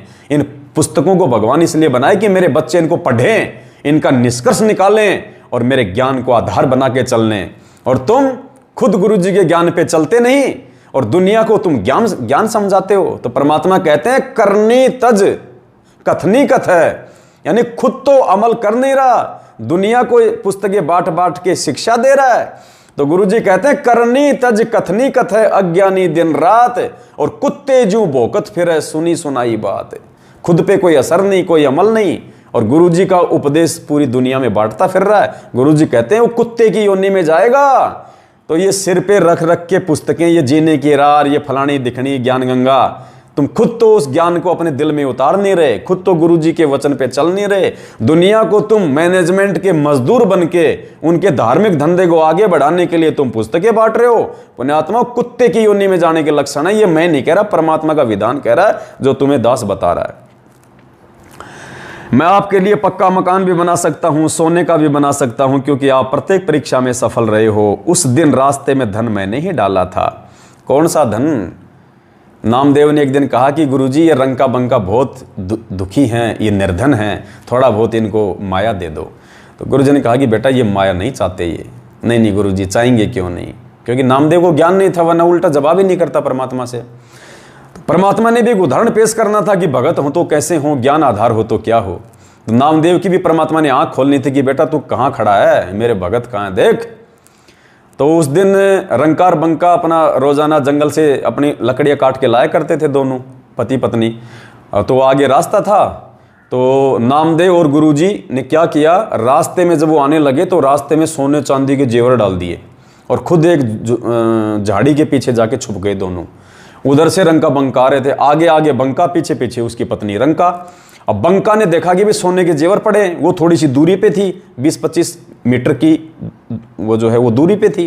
तो रंका ने देखा कि आगे तो सोने चांदी के जेवर पड़े हैं, अगर मेरी औरत ने देख लिया और कहीं इसने अपनी नीयत डिगा दी, अगर उठा लिया तो भक्ति बर्बाद कर देगी, भक्ति नष्ट हो जाएगी, नीयत डिगा देगी अपनी। उसने क्या किया, पहले रोड तो होती नहीं थी, कच्चे रास्ते थे, उसने उन पे मिट्टी डालनी शुरू कर दी अपने पैर से। अब पीछे से रंका ने भी देख लिया, वो भी तब तक नजदीक आ चुकी थी। तो रंका क्या बोलती है, पुण्यात्मा, इसको कहते हैं ज्ञान आधार। रंका ने कहा जी चलो चलो, क्या मिट्टी पे मिट्टी डाल रहे हो भगत जी, चलो चलो, अपने किस काम की। और दोनों ने उस सोने को अनदेखा करके आगे बढ़ गए। पुण्यात्मा, आज हमारी स्थिति, अरे सोना चांदी तो छोड़ो, अगर 5 रुपए का सिक्का पड़ा हो तो तुरंत जेब में उठा के डाल लेंगे। पुण्यात्मा, ऐसे काल ठगता है। कई भाई कह देते हैं रास्ते में, भगत जी मुझे 100 रुपए मिले, मैं क्या करूं, बाढ़ में जा, मैं क्या बताऊं। गुरुजी ने बता रखा है इन कथाओं में, सत्संगों में। अरे वो हमारा धन है क्या? गुरुजी क्या कहते हैं कि पराया धन और पराई औरत पे नजर डालने वाला मेरा भगत नहीं है। पराई औरत और पराया धन ये जहर होने चाहिए मेरे भगत के लिए। पुण्यात्माओं, चाहे 1 लाख रुपये पड़ाओ, चाहे 1 करोड़ रुपये पड़ाओ, चाहे 20 किलो सोना पड़ाओ, हमने तो थूकना भी नहीं उसकी तरफ, उठाना तो बहुत दूर की बात है, वरना काल ठग लेगा। आप समझदारी में उठा लोगे 2 लाख रुपये, और उस पर एड्रेस भी है, आपको ज्ञान भी हुआ है, चलो यार उस भाई के 2 लाख रुपये आता हूं देके। अरे भाई साहब, आपके 2 लाख, आप तो गए अपने आप में बहुत बड़े महान बन के कि मुझे शाबाशी देगा, मैं जाके ये कहूंगा कि मैं संत रामपाल जी का भगत हूं, ईमानदार हूं, देखो आपके पैसे लौटा दिए मैंने। ये काल है, तुम्हारी समझदारी नहीं चलेगी, यहाँ पे गुरु जी का ज्ञान चलेगा। तुम लेके उसके एड्रेस पे 2 लाख रुपए गए, भाई साहब की बैल दबाई, ट्रन ट्रन, हाँ जी भाई साहब, अरे भाई साहब आपके पैसे, अरे हो भाई साहब, अरे आओ आओ आओ, अरे आप तो महान आत्मा हो। अंदर जाके पैसे खोले कि भाई साहब इसमें तो 5 लाख थे। नहीं भाई साहब मुझे तो 2, अरे भाई साहब 3 और ले, जब 2 लाख मिले तो 3 लाख कहाँ गए? अगर किसी ने उठाए होते किसी और ने तो सारे उठाता ना, 2 लाख क्यों छोड़ के जाता? भाई साहब तूने उठाए पैसे, 3 लाख और ला, वरना पुलिस में मुकदमा करूंगा। बन गए दाता, बन गए दानवीर, बन गए आप समझदार। इसलिए परमात्मा ने रंका बंका की कथा सुनाई कि ठोकर मार के चलो आगे, चाहे पूरी दुनिया का धन क्यों ना पड़ाओ। इंद्रदा राज कागदा बिष्टा ना भोगा इंद्राणी नु, हमने देखना भी नहीं उसकी तरफ। तो पुण्यात्मा, इस प्रकार से परमात्मा प्रत्येक कथा में देखो, एक छोटी सी रंका बंका की कथा और कितनी गहरी गहरी शिक्षाएं भगवान ने इसमें छोड़ रखी हैं। तो क्या कहा, मैं आपके लिए पक्का मकान भी बना सकता हूं, सोने का भी बना सकता हूं, क्योंकि आप प्रत्येक परीक्षा में सफल रहे हो। उस दिन रास्ते में धन मैंने ही डाला था, नामदेव मेरे साथ में था, आप उसी कुटिया में रहें और परमात्मा की भक्ति करें। रंका बंका ने उस आज्ञा का पालन किया, ना कि आकाशवाणी का। आकाशवाणी को परमात्मा की आज्ञा माना, रंका बंका ने आकाशवाणी को परमात्मा की आज्ञा माना, लेकिन आकाशवाणी को परमात्मा की आज्ञा माना, परंतु गुरुजी के पास जाकर कि गुरुजी की क्या आज्ञा है, यह गुरुजी पर बलिहारी होना है। पुण्यात्माओं, ये आकाशवाणी, ये फर्जी ऑडियो, ये आकाशवाणी है, ये पीले पर्चे आकाशवाणी है, नामदान संचालक का आदेश आकाशवाणी है, गुरुजी के बेटा बेटी का आदेश आकाशवाणी है। वो नहीं मानने हमने डायरेक्ट, गुरुजी से जाके पूछना कि गुरुजी क्या वो आपके आदेश हैं, वो है असली आदेश। जब गुरुजी के आदेश देंगे कि हाँ बेटा वैसा कर, तो करना है। अब गुरुजी है नहीं, जेल जाके पूछ नहीं सकते, तो कैसे निर्णय करें? सत्संगों से, कथाओं से, गुरुजी के ज्ञान से कि वास्तव में गुरुजी के वो आदेश हैं। क्या गुरुजी ने हमें कभी भी 27 साल से बीजेपी को वोट डालने का आदेश दिया? क्या गुरुजी ने कभी भी 27 साल से हमारे को किसी राजनीतिक पार्टी का समर्थन करने का आदेश दिया? क्या गुरुजी ने 27 साल से कभी भी अपने भक्तों को रक्तदान देने का आदेश दिया या करवाने का आदेश दिया? क्या गुरुजी ने कभी भी 27 साल से दुनिया भर के लोग आरक्षण के लिए अपनी लड़ाइयां लड़ रहे थे, क्या गुरुजी ने कभी भी कहा कि बेटा जाटों के आरक्षण में जाके बैठो, उनको आरक्षण दिलाओ? क्या गुरुजी ने कभी भी किसी गैंगस्टर की सीबीआई जांच के समर्थन में अपने भक्तों को बैठाया? तो तुम्हें कौन बैठा रहा है? ये काल बैठा रहा है, ये आकाशवाणी है काल भगवान की, और तुम अपने गुरुदेव की आज्ञा अर्थात उनके सत्संगों पे विचार ना करके मार पे मार खाते जा रहे हो। तो पुण्यात्माओं, धिक्कार है पिछली पीढ़ी में जन्म लेना, रे शिक्षा लेना। हमसे अच्छे तो रंका बंका थे जो साल भर में एक बार कभी सत्संग सुना करते थे, जिन्होंने ज्ञान को आधार बनाया। हम तो इन आत्माओं से भी नीचे गिरे हुए हैं। कैसे सतलोक जाएंगे, कैसे मोक्ष होगा? ये कथाएं गुरुजी हमारे टाइम पास के लिए नहीं सुना रहे। ये पुस्तकों, ये इतनी मोटी मोटी पुस्तक गुरुजी ने टाइम पास के लिए नहीं लिखी। हम जैसे नीचों को ज्ञान आधार से मजबूत करने के लिए, दृढ़ करने के लिए, ताकि इस काल भगवान के षड्यंत्र को समझें, इसके चाल को समझें। और धरती पे काल भगवान का सबसे बड़ा दुश्मन, काल भगवान का सबसे बड़ा एजेंट ये सतलोक आश्रम मैनेजमेंट हरियाणा है। आपका कोऑर्डिनेटर है, आपका नामदान संचालक है, गुरुदेव के कलयुगी बेटा बेटी है, उनका परिवार है, उनके भाई बंधु हैं। इन सब के षड्यंत्र में तुम फंस गए, सिर्फ और सिर्फ सात संगतियों से ना जुड़ने के चलते। इस पवन दास को गुरुद्रोही मान के इसके वीडियो ना देखने के चलते ये सजा तुम भोग रहे हो और आगे भोगोगे तुम। आकाशवाणी को परमात्मा की आज्ञा माना, परंतु गुरुजी के पास जाकर कि गुरुजी की क्या आज्ञा है, यह गुरुजी पर बलिहारी होना है। गोविंद की आज्ञा स्वीकार्य नहीं हुई। वो आकाशवाणी वो किसकी थी? गोविंद की, ना कि गोविंद गुरु की। गुरु भगवान की नहीं थी, वो भगवान की आकाशवाणी थी। उन्होंने उस आकाशवाणी को स्वीकार नहीं किया। गोविंद की आज्ञा स्वीकार्य नहीं हुई। गुरु की आज्ञा का पालन करके यहां भी परीक्षा में खरे उतरे। गुरुजी के पास जाके पूछा फिर कि गुरुजी क्या वो आकाशवाणी आपकी थी? क्या आपने ऐसा आदेश दिया है? फिर गुरुजी ने कहा कि हाँ बेटा, मेरी आकाशवाणी थी, मैंने आदेश दिया। तब उन्होंने उस आज्ञा का पालन किया। और तुम क्या कर रहे हो आज? उस गांव के व्यक्तियों ने भगत रंका की कुटियां जलती तथा जलकर राख हुई देखी थी। जब वो सत्संग में गए हुए थे, पीछे से आग लग गई थी, तो पूरे गांव ने उनकी झोपड़ी को जलते हुए देखा था और राख होते हुए देखा था। सुबह नई और उससे भी बड़ी झोपड़ी बनी हुई देखकर पूरा गांव देखने आया। उस चमत्कार को देखने फिर पूरा गांव आया, क्योंकि रातों रातों को कौन झोपड़ी बना देगा? राख का कहीं कोई लेस मात्र भी निशान नहीं, और नई झोपड़ी। और आगे देखना परमात्मा क्या कह रहे हैं, जब वो जड़ी तब एक मकान था, जब बनी तो परमात्मा ने 2 मकान बना दिए उसमें। सुबह नई और बड़ी जिसमें 2 कमरे थे, बनी देख तो पूरा गांव देखने आया। आसपास के क्षेत्र के स्त्री पुरुष भी देखने आए। रंका बंका की महिमा हुई तथा गुरुजी की शरण में बहुत सारे गांव तथा आसपास के व्यक्ति आए और अपना कल्याण करवाया। यानी पुण्यात्माओं, आसपास के गांव वाले भी उस चमत्कार को देख के रंका बंका की महिमा करने लगे, गुरुजी का एड्रेस पूछा और ऐसे महान संत से जा जाके फिर लोगों ने नाम दीक्षा ली। उन गांव वालों ने हजारों की संख्या में जो नाम दीक्षा ली, जो प्रेरित हुए भक्ति करने के लिए, वो किसके चलते हुए पुण्यात्माओं? भगत के चलते। अगर वो मर्यादा में ना रहते, अगर वो गुरुजी के आज्ञा में ना रहते, गुरुजी के वचन में ना चलते, और यदि वो परीक्षा में फेल हो जाते तो ना तो झोपड़ी बनती, ना कोई और काम होता, और वो जो झोपड़ी जो जल गई थी उसके बाहर से और जाते वो, क्योंकि उसको तो जलना ही जलना था मालिक ने परीक्षा लेने के लिए। अगर वो पास नहीं होते तो वापस झोपड़ी नहीं बनाता परमात्मा, उन्हीं को कष्ट उठा के दोबारा झोपड़ी बनानी पड़ती।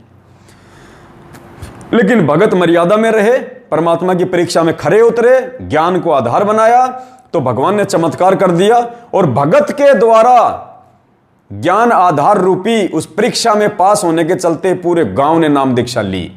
और पुण्यात्मा, आज हम क्या कर रहे हैं?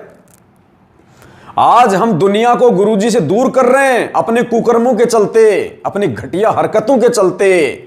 नामदान पे आने वाली मां बहनों के साथ में तुम बलात्कार करते हो, उनकी मसाज करते हो, फिर वीडियो बना बना के डालते हो। दुनिया भगवान से दूर हो रही है कि जब ये भगत ऐसे हैं तो इनका भगवान कैसा होगा। अरे तुम 6 महीने में बीजेपी को वोट डालते हो, 6 महीने में तुम कांग्रेस को वोट डालते हो।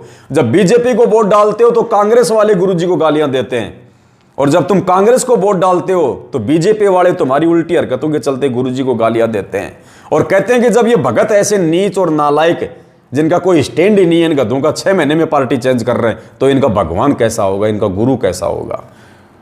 अरे तुम गैंगस्टरों की सीबीआई जांच का समर्थन करते हो और दान में 5-5 लाख रुपए देते हो। राजस्थान का गैंगस्टर जो 4 साल पहले पुलिस एनकाउंटर में मारा जा चुका आनंदपाल सिंह, AK-47 बंदूक रखता था, जिसने कई जो है वो मर्डर कर दिए थे। तुम मैनेजमेंट के कहने पे और ऐसे गैंगस्टर, ऐसे गुंडे व्यक्ति की सीबीआई जांच का समर्थन, बदमाशों की सीबीआई जांच का समर्थन कर रहे हो। तुम उनको शहीद का दर्जा दिला रहे हो, तुम उनको महान आत्मा साबित करवा रहे हो, जो समाज के नाम पे जो मतलब धब्बे हैं, जो कलंक है। तो दुनिया तुम्हारे गुरुजी को गालियां देगी या तुम्हारे गुरुजी से तुम्हारी उन हरकतों को देख के नाम दीक्षा लेगी कि जिस संत के भगत गुंडों का समर्थन कर रहे हैं तो उनका गुरु तो महागुंडा होगा, उनका गुरु तो महाबदमाश होगा, जो बदमाशों का समर्थन करने का आदेश अपने भक्तों को देता है। जबकि आदेश कौन दे रहा है? काल, ये मैनेजमेंट, आपका कोऑर्डिनेटर। तो पुण्यात्माओं, कहां रंका बंकर, कहां हम? ये मौका है, चूक जाएंगे, नहीं मिलेगा, रोएंगे ऊपर हाथ खड़े करके। तो आज ये भगवान धरती पे आया है पुण्यात्माओं, जुड़ जाओ समय रहते साध संगति से। इस साध संगति के अलावा धरती पे कोई दूसरा तरीका गुरुजी को प्रसन्न करने का नहीं है, और साध संगत से ही गुरुजी अपनी आत्माओं को छांट छांट के लेके जाएगा। जैसे आजकल पूरी साल भर स्कूलों में, कॉलेजों में पढ़ाई होती है, और जब वो पढ़ाई पूरी हो जाती है फिर क्या होता है? Campus placement. कैंपस प्लेसमेंट उसको बोलते हैं, जो बच्चे पढ़ाई पास कर चुके हैं, फिर उन बच्चों का वहां पे इंटरव्यू होता है, बाहर से जो है कंपनियां आती हैं और अच्छे अच्छे जो बच्चे होते हैं उनको अपनी कंपनियों में जॉब देती है। तो पुण्यात्माओं, 27 साल से भगवान ने पढ़ाया और अब पढ़ा के इस साध संगत के माध्यम से ये कैंपस प्लेसमेंट हो रहा है। अच्छी अच्छी आत्माओं को परमात्मा छांट रहा है इन लाखों की भीड़ में से और साध संगत से जोड़ रहा है अपनी भक्ति के लिए, यहां से पार करने के लिए। उन आत्माओं को फिर आगे का ज्ञान देगा परमात्मा। अभी दिया क्या है परमात्मा ने? अभी तो परमात्मा ने एक टपका भी ज्ञान का नहीं दिया, एक टपका भी, क्योंकि हम उस ज्ञान को स्वीकार करने के लायक ही नहीं हुए। उस अनमोल मूल ज्ञान को तो हम उस समय स्वीकार करने के लायक होंगे जब सबसे पहले तो हम भगवान को पहचान लेंगे, 2 में से 1 को भगवान मान लेंगे, 2 नाव में से 1 नाव की सवारी में आ जाएंगे कि दाढ़ी मूंछ वाला भगवान है या सतगुरु रामपाल जी जो मेरे गुरुजी हैं वो भगवान है। जब तक हम भगवान की पहचान नहीं करेंगे, भक्ति क्या खाक करेंगे, भक्ति क्या खाक चलेगी? हम तो हमेशा दुविधा में रहेंगे, हम तो हमेशा जो है शंका में रहेंगे। काल हमारे को कभी भी आके ठग लेगा, क्योंकि विश्वास हमारा हमारे गुरु पे होना चाहिए, समर्पण हमारा हमारे सतगुरु पे होना चाहिए। और त्रिकुटी पे आ जाएगा दाढ़ी मूंछ का रूप बना के वो काल भगवान। तुम तो फिर आज भी उसी को भगवान मान रहे हो, तो कल को मरने के बाद भी उसी को भगवान मानोगे, रह जाओगे तुम तो। गुरु से ज्यादा आस्था तो तुम्हारी उसमें है। तुम गुरु जी का तो मानव समझ के जन्मदिन मना रहे हो। दाढ़ी मूछ वाले को भगवान मान के तुम उसका प्रगट दिवस मना रहे हो। अभी तो तुम्हारी भक्ति शुरू भी नहीं है। ज्ञान आधार से देखा जाए तो उन भक्तों की तो भक्ति शुरू भी नहीं है जो अपने गुरु जी को मानुस खाली अपना गुरु मानते हैं और एक दाढ़ी मूछ वाली काल्पनिक हाथ से बनाई गई नकली फोटो को कबीर परमात्मा मान के उसको भोग लगाते हैं, उसका प्रगट दिवस मनाते हैं। तो पुण्यात्माओं, ये दाढ़ी मूछ वाली फोटो को, उस काल्पनिक फोटो को, जिस रूप में परमात्मा 650 साल पहले आए थे, और वो वास्तविक रूप भी नहीं है क्योंकि हाथ से बनाया हुआ है। उस समय ना ही तो कोई कैमरा था, ना कोई फोटो खींचने का साधन था, वो हाथ से बनाया गया फोटो है जो ओरिजिनल नहीं है। उस फोटो को पुण्यात्माओं हम सभी सत्संग भाई बहनों ने, सभी साथ संगत से जुड़े भाई बहनों ने अपने अपने घरों से निकाल दिया है। हमारे घर में सिर्फ हमारे गोविंद गुरु सतगुरु रामपाल जी भगवान का अकेले का फोटो है। हम उन्हीं को भोग लगाते हैं, उन्हीं के सामने आरती करते हैं, उन्हीं को अपना इष्ट मानते हैं, वही हमारे गुरु हैं।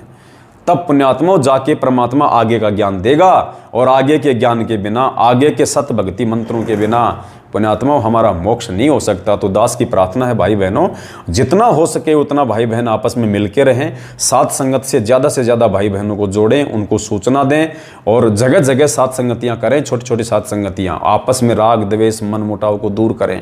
हमें परमात्मा प्राप्त करना है पुण्यात्माओं। आपस में छोटी छोटी बातों को लेकर यदि हम लड़ते झगड़ते रहेंगे, छोटी छोटी बातों के लिए हम यहाँ पे मरते रहेंगे, हैं, छोटी छोटी चीज़ों में अपनी आस्था करके यदि हम यहाँ पे अपना जीवन बर्बाद कर देंगे तो कैसे होगा। हरियाणा के झज्जर से हमारी बहन है सजना दासी, जिसके घर पे हर रविवार साथ संगति होती है। उसने बताया, देखो कहाँ जीव धोखा खा जाता है, कहाँ जीव धोखा खा जाता है। साथ संगत से जुड़ के भी बहुत सावधान रहना हमारे को पुण्यात्माओं। उसने बताया कि गुरुजी मेरी आत्मा को ले गए ऊपर सतलोक के लिए, और परमात्मा धर्मराज के दरबार में लेके गए मेरे को। और धर्मराज के वहाँ पे जब मेरा लेखा जोखा होने लगा तो धर्मराज ने कहा कि मेरे पास में पेन नहीं है, मेरे पास में पेन नहीं है। तो सजना बहन की जेब में पेन था। देखो परमात्मा परीक्षा लेता है जीव की, नहीं तो पेन डालने की क्या आवश्यकता थी। सजना बहन ने कहा लो जी मेरे पास में पेन। पहली बात तो गुरुजी की आज्ञा के बिना धर्मराज को पेन देने का क्या मतलब। अरे धर्मराज अगर पेन हाथ में लेगा तो उल्टे कर्म लिखेगा, और धर्मराज के हाथ में पेन नहीं है तो परमात्मा की मेहर थी कि परमात्मा ने उसके पेन को छुपा दिया या उसको तोड़ दिया ताकि मेरी बेटी का लेखा जोखा ना कर सके, और तुम अपना लेखा जोखा करने के लिए तुम उसको पेन दे रहे हो। तो पहले तो हमारी वो गलती।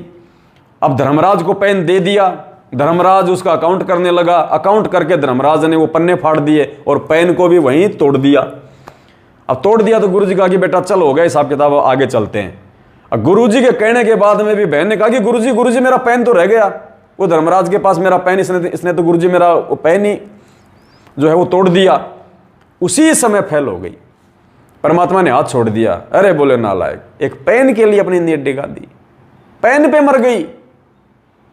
पुण्यात्माओं समझो, एक पेन में हमारी आस्था नहीं हट रही।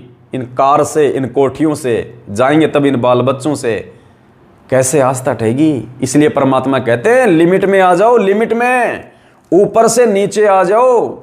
जैसे 56 करोड़ से नरसिंह भगत को झोपड़ी पे लाया मैं, बलक बुखारे को राजपाट से जमीन पे लेके आया, जंगल में लकड़ियां तोड़ तोड़ के गुजारा किया। तुम्हें तो लकड़ियां तोड़ने की भी जरूरत नहीं है, दुनिया भर के काम धंधे भगवान ने दे रखे, जिसका जैसा वो संस्कार है। तो कहने का मतलब है पुण्यात्माओं, ये आस्था हमने खुद हटानी पड़ेगी, भगवान जबरदस्ती नहीं हटवाएगा। भगवान का काम है मार्गदर्शन करना, भगवान का काम है अंधेरे से हमारे को रोशनी में लाके खड़ा कर देना और बता देना कि बेटा ये रास्ता, ये है तेरी मंजिल, अब उस रास्ते पे हमने चलना पड़ेगा। भगवान हमारे कांखों में रस्सी बांध के नहीं चलाएगा। तो कहने का भाव है पुण्यात्माओं, समझो ये मौका नहीं मिलेगा हमें, मुझे भोंकने का कोई शौक नहीं है, लेकिन भगवान ने आदेश दे रखा है, भगवान ने ड्यूटी लगा रखी है भाई बहनों को समझाने की। अरे मेरा खुद का सगा भाई अगर बिगड़ जाए तो क्या मेरी जिम्मेदारी नहीं है उसको समझाने की। 100 बार समझाऊंगा, कोशिश करूंगा अंतिम समय तक कि ये कुसंगति को त्याग के अच्छी संगति में आ जाए, अपना जीवन बर्बाद करने से बचे। तो आप तो मेरे सगे भाई से भी कई गुना ज़्यादा बढ़ के हो, आप मेरे वचन के भाई हो, मेरी बहन हो। तुम आज मैं आपको क्यों नहीं समझाऊंगा, जब मुझे समझ में आ गई तो मेरे बाप की गैर हाजिरी में क्यों नहीं समझाऊंगा मैं, ये मेरा फर्ज बनता है। वरना कल को वही बाप मुझे थप्पड़ मारेगा कि गधे, जब तुझे समय रहते समझ में आ गई थी और तेरे भाई बहन इस काल प्रेरणा से मैनेजमेंट के पीछे, कोऑर्डिनेटरों के पीछे अपने कर्म फोड़ रहे थे, तो तेरी क्या जिम्मेदारी बनती थी? क्या तेरी जिम्मेदारी नहीं थी कि तू उनको समझाता? मैं क्या मुंह दिखाऊंगा मेरे गुरुजी को उस समय? और पुण्यात्माओं, क्या आप गुरुजी को मुंह दिखाओगे उस समय, जो आज अपने घरों में मैनेजमेंट के भय से हाथों में चूड़ियां पहन के जो बैठे हुए हैं, सच को सच कहने की जिनकी हिम्मत नहीं है? अरे कम से कम विदुर बन जाओ। विदुर, थप्पड़ तो लगेगा, कोई बात नहीं, आने वाले काल के कहर से तो बच जाओगे। विदुर ने सच कहा तो वहीं भरे दरबार में थप्पड़ लगा उसको, गुरुजी ने बताया। लेकिन उसने सच कहा, भले थप्पड़ लगा, आने वाले समय में वो सारे कौरव मरे, वो सब लोग मरे। भीषण, द्रोण, भीष्म पिता, वो द्रोणाचार्य, वो कर्ण, बड़े बड़े महारथी, जरासंध, वो गुरु, वो महात्मा, सब मरे वो, क्योंकि उन्होंने धर्म का साथ नहीं दिया, सच का साथ नहीं दिया। झूठ को झूठ और सच को सच नहीं कहा उन्होंने समय रहते। सबका बक्कल उतरा। और कौन बचा? विदुर बचा, पांडव बचे, जो धर्म के पक्ष में थे। तो ये धर्म का पक्ष, ये साध संगति है। आपने सुना होगा ना भविष्यवाणियों में कि महाभारत के बाद एक और महाभारत होगा। पुण्यात्माओं, ये है वो असली महाभारत, जो दूसरा महाभारत है। ये मैनेजमेंट वर्सेज सत्सेवक, ये साध संगति वर्सेज गुरु जी का परिवार, ये मैनेजमेंट, ये असली महाभारत है। वो दूसरा महाभारत है, ये धर्म की लड़ाई है असल में। वो महाभारत भी वो धर्म की लड़ाई नहीं थी। गुरु जी ने बताया काहे का धर्म, वो तो सीमाओं की लड़ाई थी। राजपाट के लिए वो मर रहे थे, दुनिया मरवा दी उन्होंने। भाई बंटवारे के लिए उन्होंने दुनिया मरवा दी। वो धर्म युद्ध नहीं था, असली धर्म युद्ध आज चल रहा है आत्माओं के लिए, आत्माओं के उद्धार के लिए। तो अपने आत्माओं, इस धर्म युद्ध से जुड़ के, साध संगति से जुड़ के अपने भी अच्छे कर्म बनाओ और गुरु जी को भी राजी करो। तो और हमारा अगर गुरु राजी रहेगा तो पोबारा 25 होंगे। और अगर गुरु रूठ गया, ये मैनेजमेंट कल को तुम्हारे को कोई सहायता नहीं देगा। ये ऊपर चलोगे ना, ये मैनेजमेंट काम नहीं आएगा, ये कोऑर्डिनेटर काम नहीं आएगा, ये गधे बन के उल्टे लटके हुए दिखाई देंगे तुम्हें वहाँ पे, अगर साथ संगति से नहीं जुड़े समय रहते। तो दास की इतनी सी विनती है, साथ संगतियों में आते रहें, परमात्मा के ज्ञान को आधार बना के भक्ति करते रहें। हर संभव हम सभी भाई बहन मिलके अपने जीवन में हम बदलाव लाएं, हम परिवर्तन लाएं और अपने आत्म कल्याण के लिए हम आगे बढ़ें। दास की इतनी विनती है। दास से कोई गलती हुई हो, कोई शाब्दिक कोई त्रुटि हुई हो, दास अपनी बंदी छोड़ से आप सभी भाई बहनों से दास समय जो है वो प्रार्थी है। सत साहेब बंदी छोड़, सतगुरु रामपाल जी भगवान की जय हो। सत साहेब।